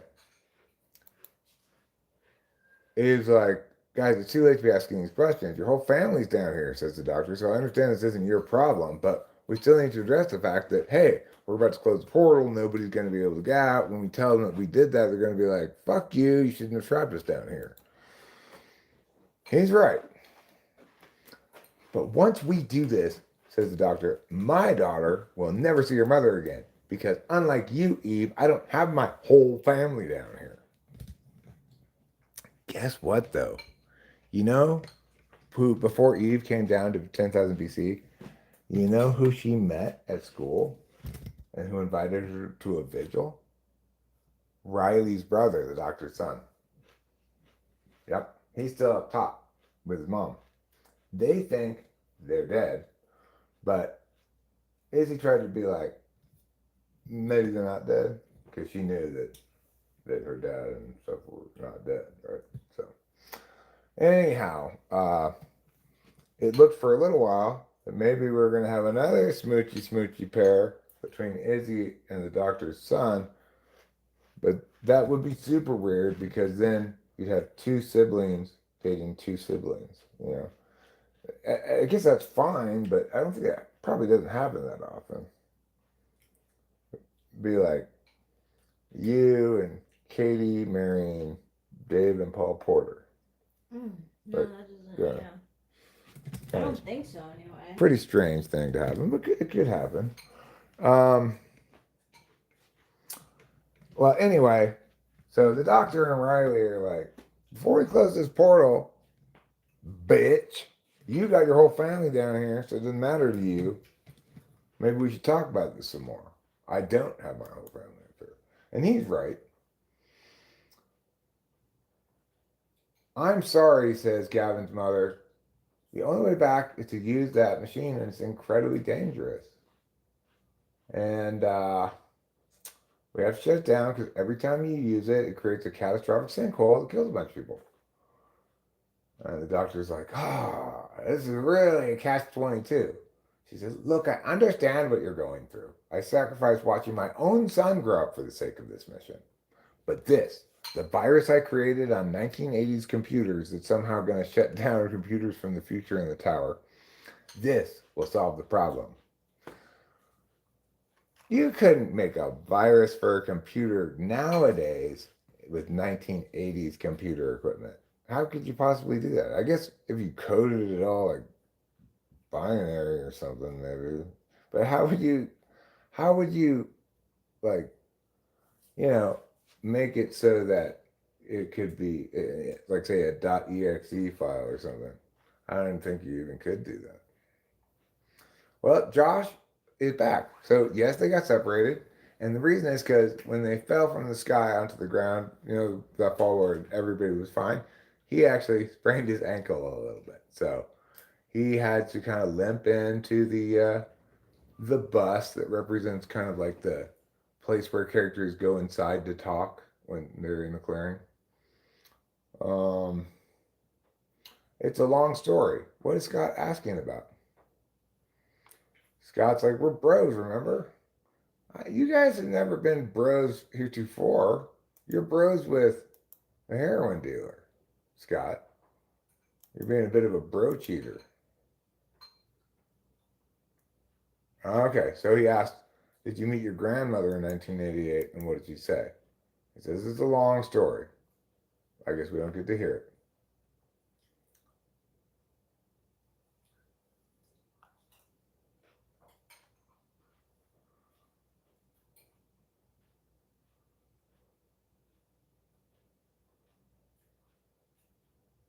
Lucas, that's the heroin dealer's name. Okay, cool. So Lucas has been kind of designated as kind of like the leader of this thing because he's the one who said, let's divert him. And now Scott is telling him, look, you're the one with the idea. You're the leader here. You need to show good leadership. And he's like, for Veronica? Yeah, he's in love. He's in love with Veronica. But at one time, he got shocked by the shock sticks of the guards of the tower, left him with this kind of like branching lines disease that he got on him. And now he doesn't have full use of at least one of his hands for the moment. And Lucas and Scott, they got a real bromance going on. I tell you, they're good friends now. And I'll tell you, also, Scott's good for Lucas. He was right about the leadership thing. Now they're in the caves. What caves, you may ask? Well, I didn't mention it before, but there's another group of old 10,000 BC people called the Exiles, and they enslave people and force them to mine in these caves. Don't worry. Yes, Levi, Gavin, Eve, they were all enslaved and put in the mines, but they got out. Now that's a little girl, but now she's an older lady, right? I forget what her name is. This one. that girl, it was a little girl. And these are the flowers that Gavin saw in his vision, where he saw Eve possibly dead, covered in red flowers. Veronica is some reason scared of these flowers and runs out of the caves. And now Izzy is exploring the tower's greenhouse with her biological grandfather, the villain of the show, whose name I do not remember. And now they're talking about the importance of family. We already know that Izzy's really wanting her parents to stay together, Levi out of the picture, and now grandfather is preying on her pro-family values because, she's thinking, hey, this guy, he is pro-family. I'm pro-family. Maybe we have common ground. But now she's looking at one of those red flowered trees. It only grows in this period, and strangely, mostly in caves. Well, Izzy's already heard about the fact that her mother has been seen in a vision covered by a red flower, so she's thinking, and she's got the conclusion right on the nose. She says, Mom dies in 10,000 BC to herself. She just muttered it. Hello, Diamine. How are you? Pretty extravagant task. Sinkhole. Oh, yeah, a very extravagant sinkhole. Hi there, Fatina. Meow meow. Whatever that is. Oh, look at here. Fatima. I will look there. Now, we'll go back to the show and continue Eric's radio broadcast of the former NBC, now Netflix show, La Brea.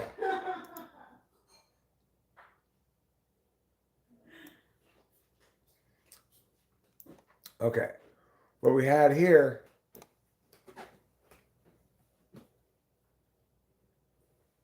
the doctor was trying to steal the virus. Oh. But the lady, she actually had it in a different place on her flash drive.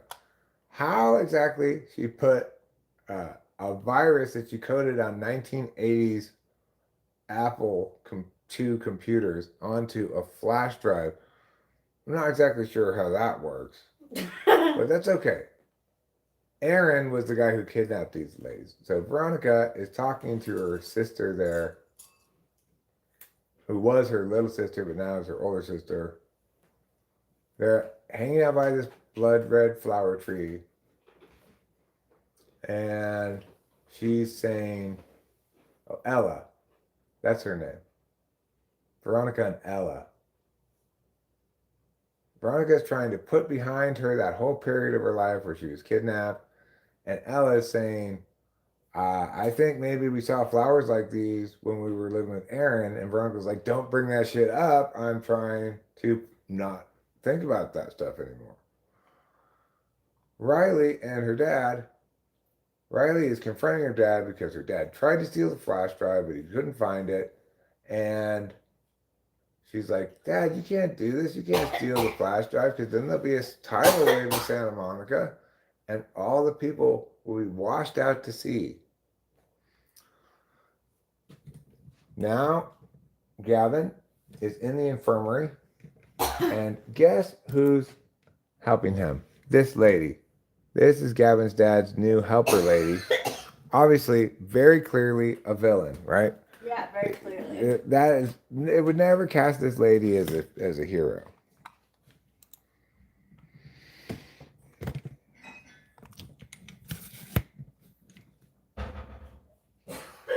She says, now he has my loyalty and I prevent anyone who might pose a threat to him.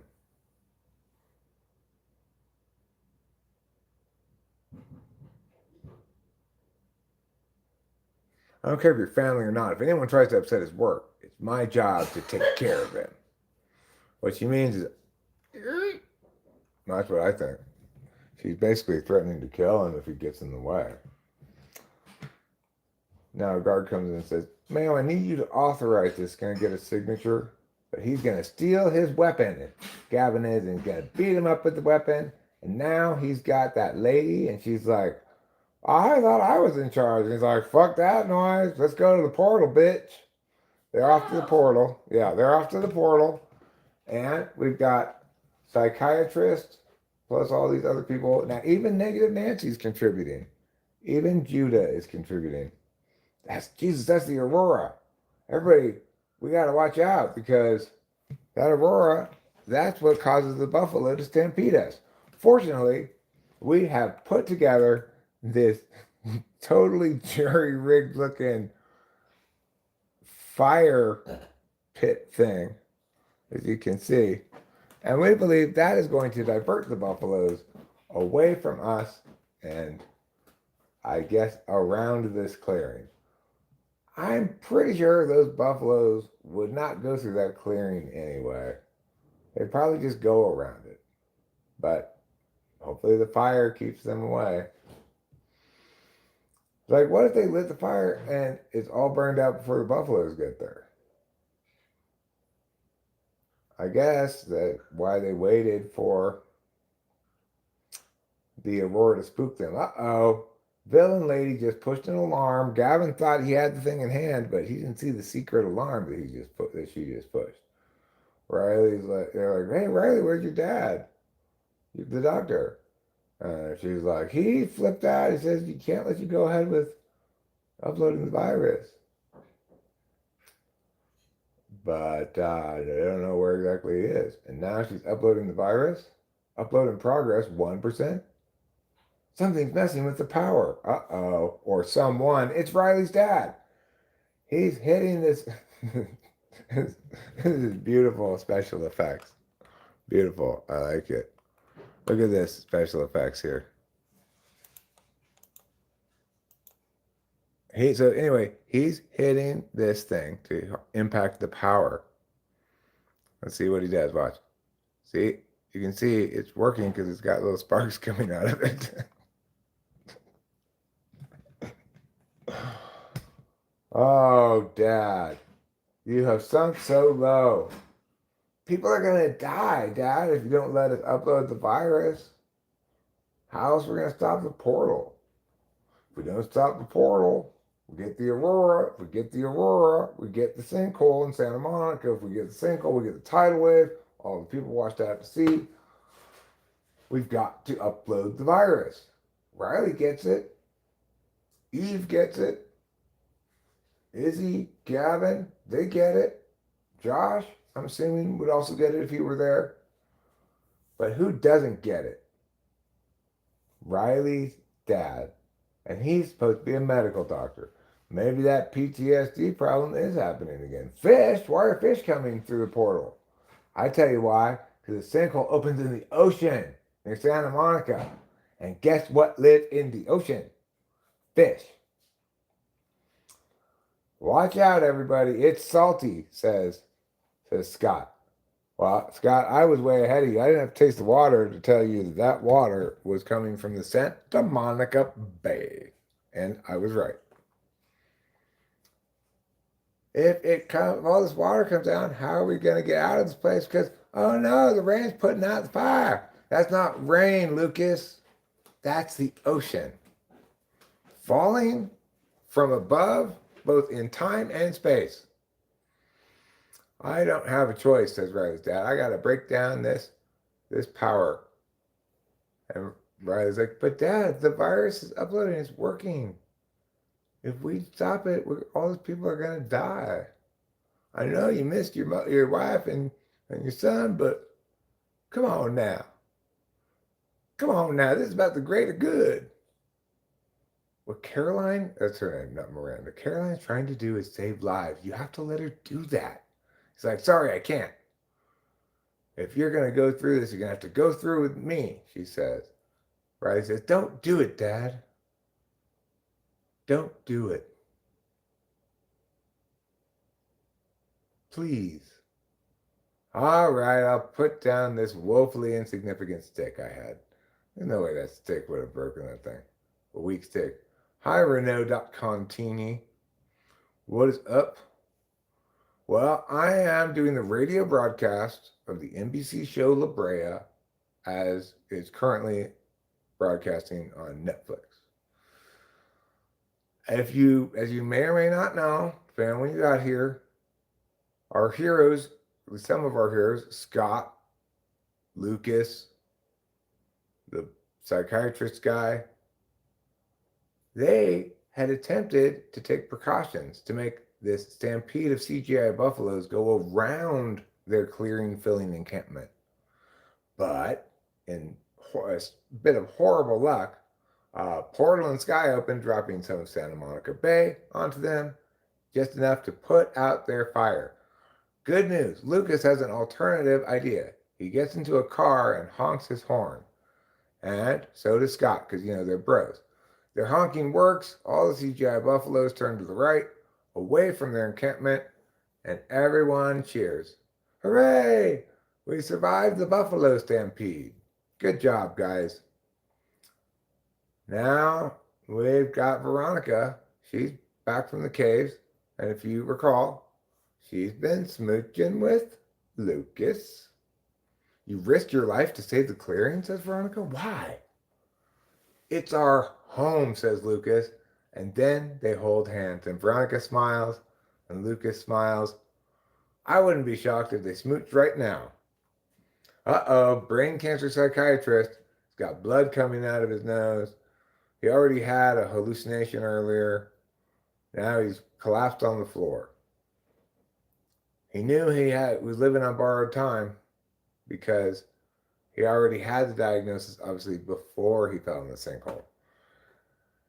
Gavin has stolen the weapon from the guard in the tower, and now he's confronting his father. His father's standing in front of the working portal, and his father is saying, actually, if I finish my work, the portal will be safe for everybody, and you won't have to worry about anything. But if you don't let me finish my work, then we'll be stuck down here forever.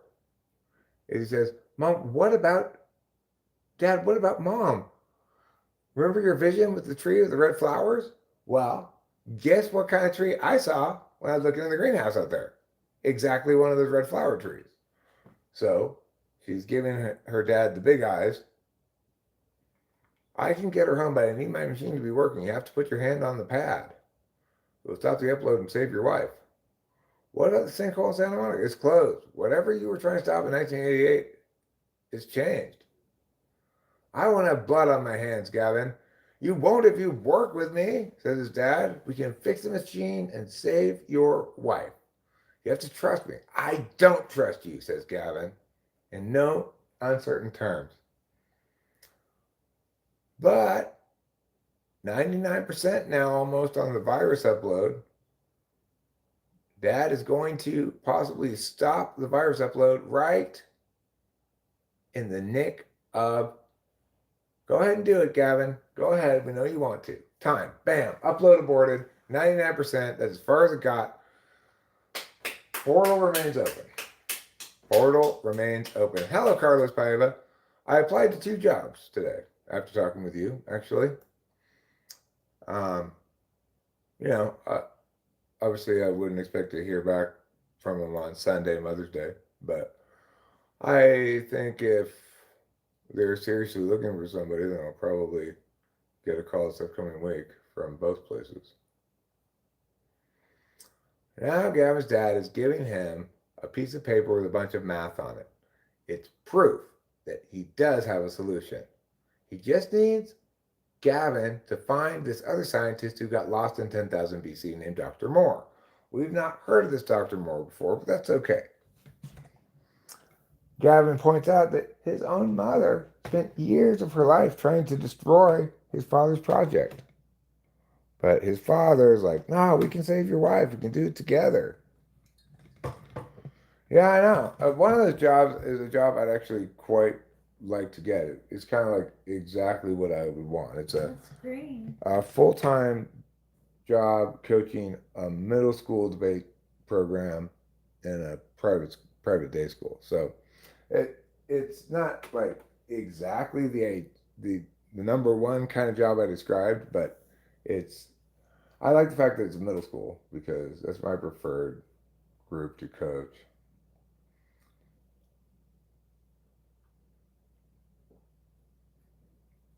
It's just my preferred age group to work with in general. Like, you know, elementary school kids require too much nursery stuff. High school kids, they're all like disaffected, cynical, and cool and stuff. Middle school kids, it's just about perfect for like,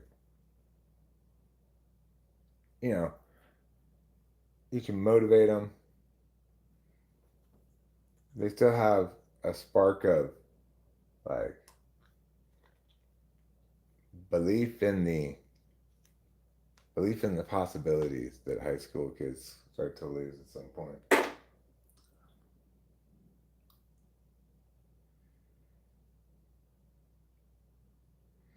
I also like the fact that with middle school programs, you have a lot more engagement with the parents.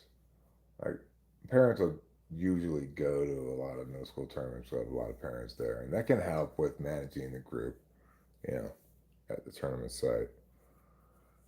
And I like it as well because you know, and whomever I'm working for, it's always good when all the parents are singing your praises, you know, which they will be because I will do an excellent job.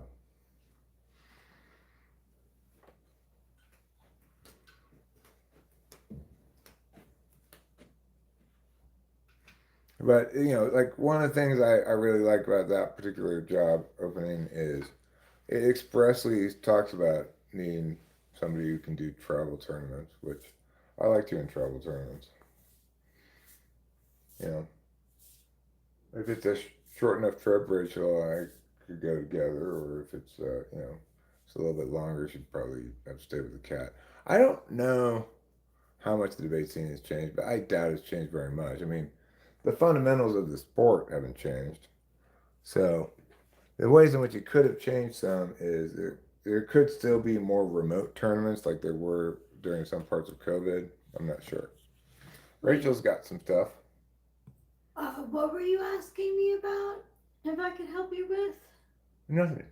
I was saying if I have travel tournaments that are a Oh, short yeah, trip there you we could go. go with, Yeah. but if it's several days, you can stay with the cats. You know. Mm-hmm.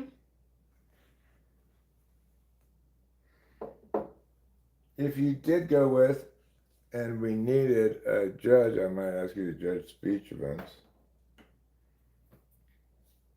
Okay, But speech events are super easy to judge. that's good. You just like watch 6 people give a speech and then rank them best, second best, third best, fourth best, fifth best, sixth best. Just that simple. Oh, okay. Really?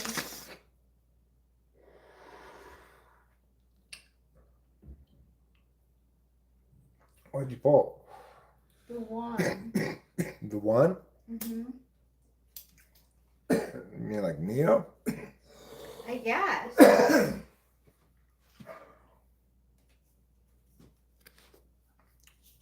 The one.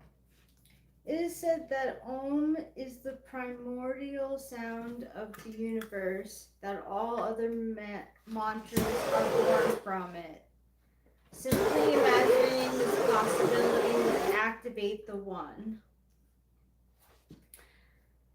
The one light, serves, loves, accepts, resonates. When dark, ignores, omits, excludes.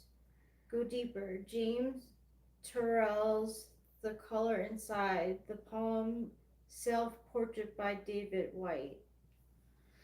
What color am I inside? The Annus Mundus is a circle representing the unity of existence. It is possible that the beginning and the end of all things is love. The Alpha and Omega. is love.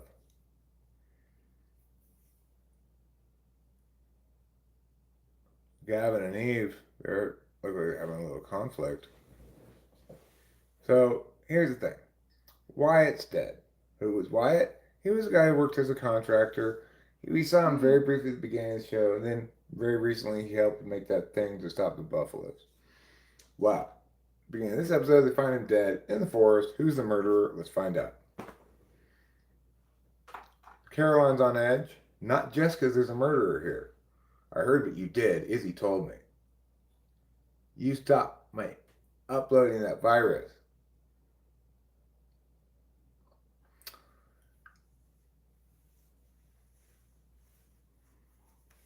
He left the Lazarus building years ago. This other scientist, Dr. Moore, I gotta find him for my dad. He's gonna help us solve this problem. Don't worry, Mom. Look, all of this math stuff is part of the larger equation. Hey, I know you couldn't be there for me when I was a kid, Mom, because you abandoned me and everything and sent me to 1988, but I need your fucking help now. It's a pretty snarky way of asking. Okay, I think I end the stream now, and I don't know. Maybe I accomplished something, maybe not. It is a horrible Sunday, Mother's Day, like, can't really accomplish anything kind of day, but maybe we'll figure something out. What are you thinking about doing? I was thinking maybe I'd go hit the pond a little bit more. Potentially we could go to Ace Hardware and get some gray paint for that You wall. gonna be open? Oh, that's Mother's Day. I don't know. I don't know if it's open on Sundays. Oh yeah, I think it is around Sundays, but We can go into town. oh, this was his vision. There she is, lying on the ground. She was pushed into a hole by somebody. Eve now looks like she's dead. I don't see the flowers yet, but I'm assuming they're going to meow on her pretty soon. The part of New York you're moving to low crime rate?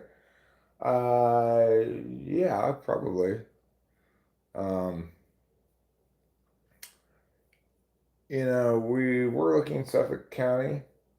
If I were to get a job at Poly Prep, I would probably take it, in which case we'd probably shift our destination closer to Brooklyn, because that's where it is Brooklyn.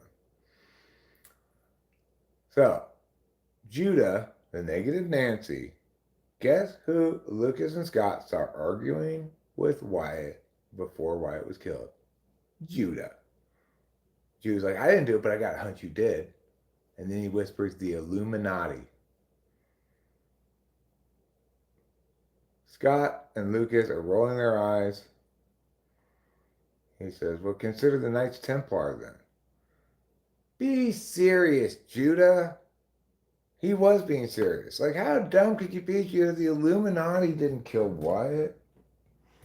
Magov. I don't know if Brooklyn has high crime rate or not. Some parts do. Is there some place that's close to Brooklyn that's like on Long Island?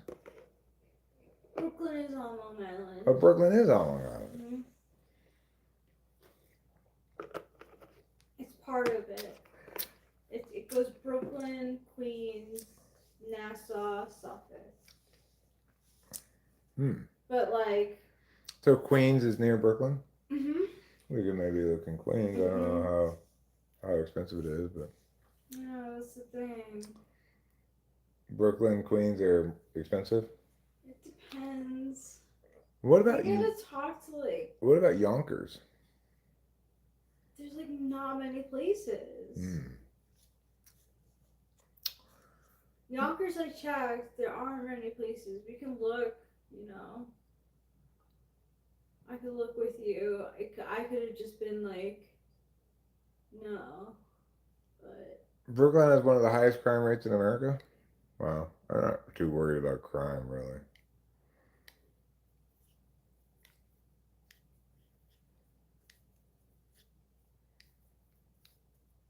I've lived all kinds of places. I've never really had any problem with crime. Yeah, I got my car broken into before. I got my car broken into in Arcadia, though, too. So I had very low crime rate. Obviously, we don't want to live in the projects or something. If we have to live a little further away to get a decenter place and I have to commute further, so it goes. I'm not unwilling to commute. I guess it would be hard to drive my car into Manhattan, but I'm not sure about Brooklyn or Queens. Is it hard to drive your car there? Okay. Where's the worst place you lived, Eric? Um,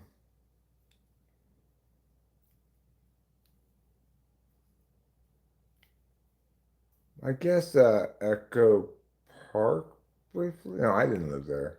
Never mind. That was Delilah lived in Echo Park briefly. That was pretty ghetto with her mom. Um, I lived in Eagle Rock. That wasn't too bad, but there it was like it. My car did get broken into in Eagle Rock. There were these kind of like ghetto-y apartments just down the street from us. We were renting a house that was kind of bougie in a nice street, but like just down the hill, just a little bit was kind of like urban apartment, you know, um,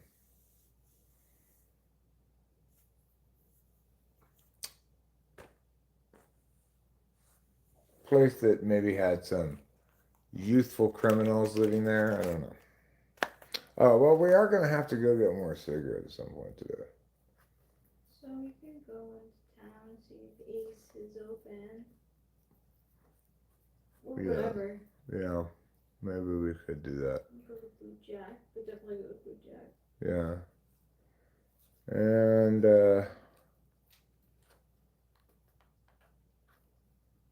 yeah, things sound good there.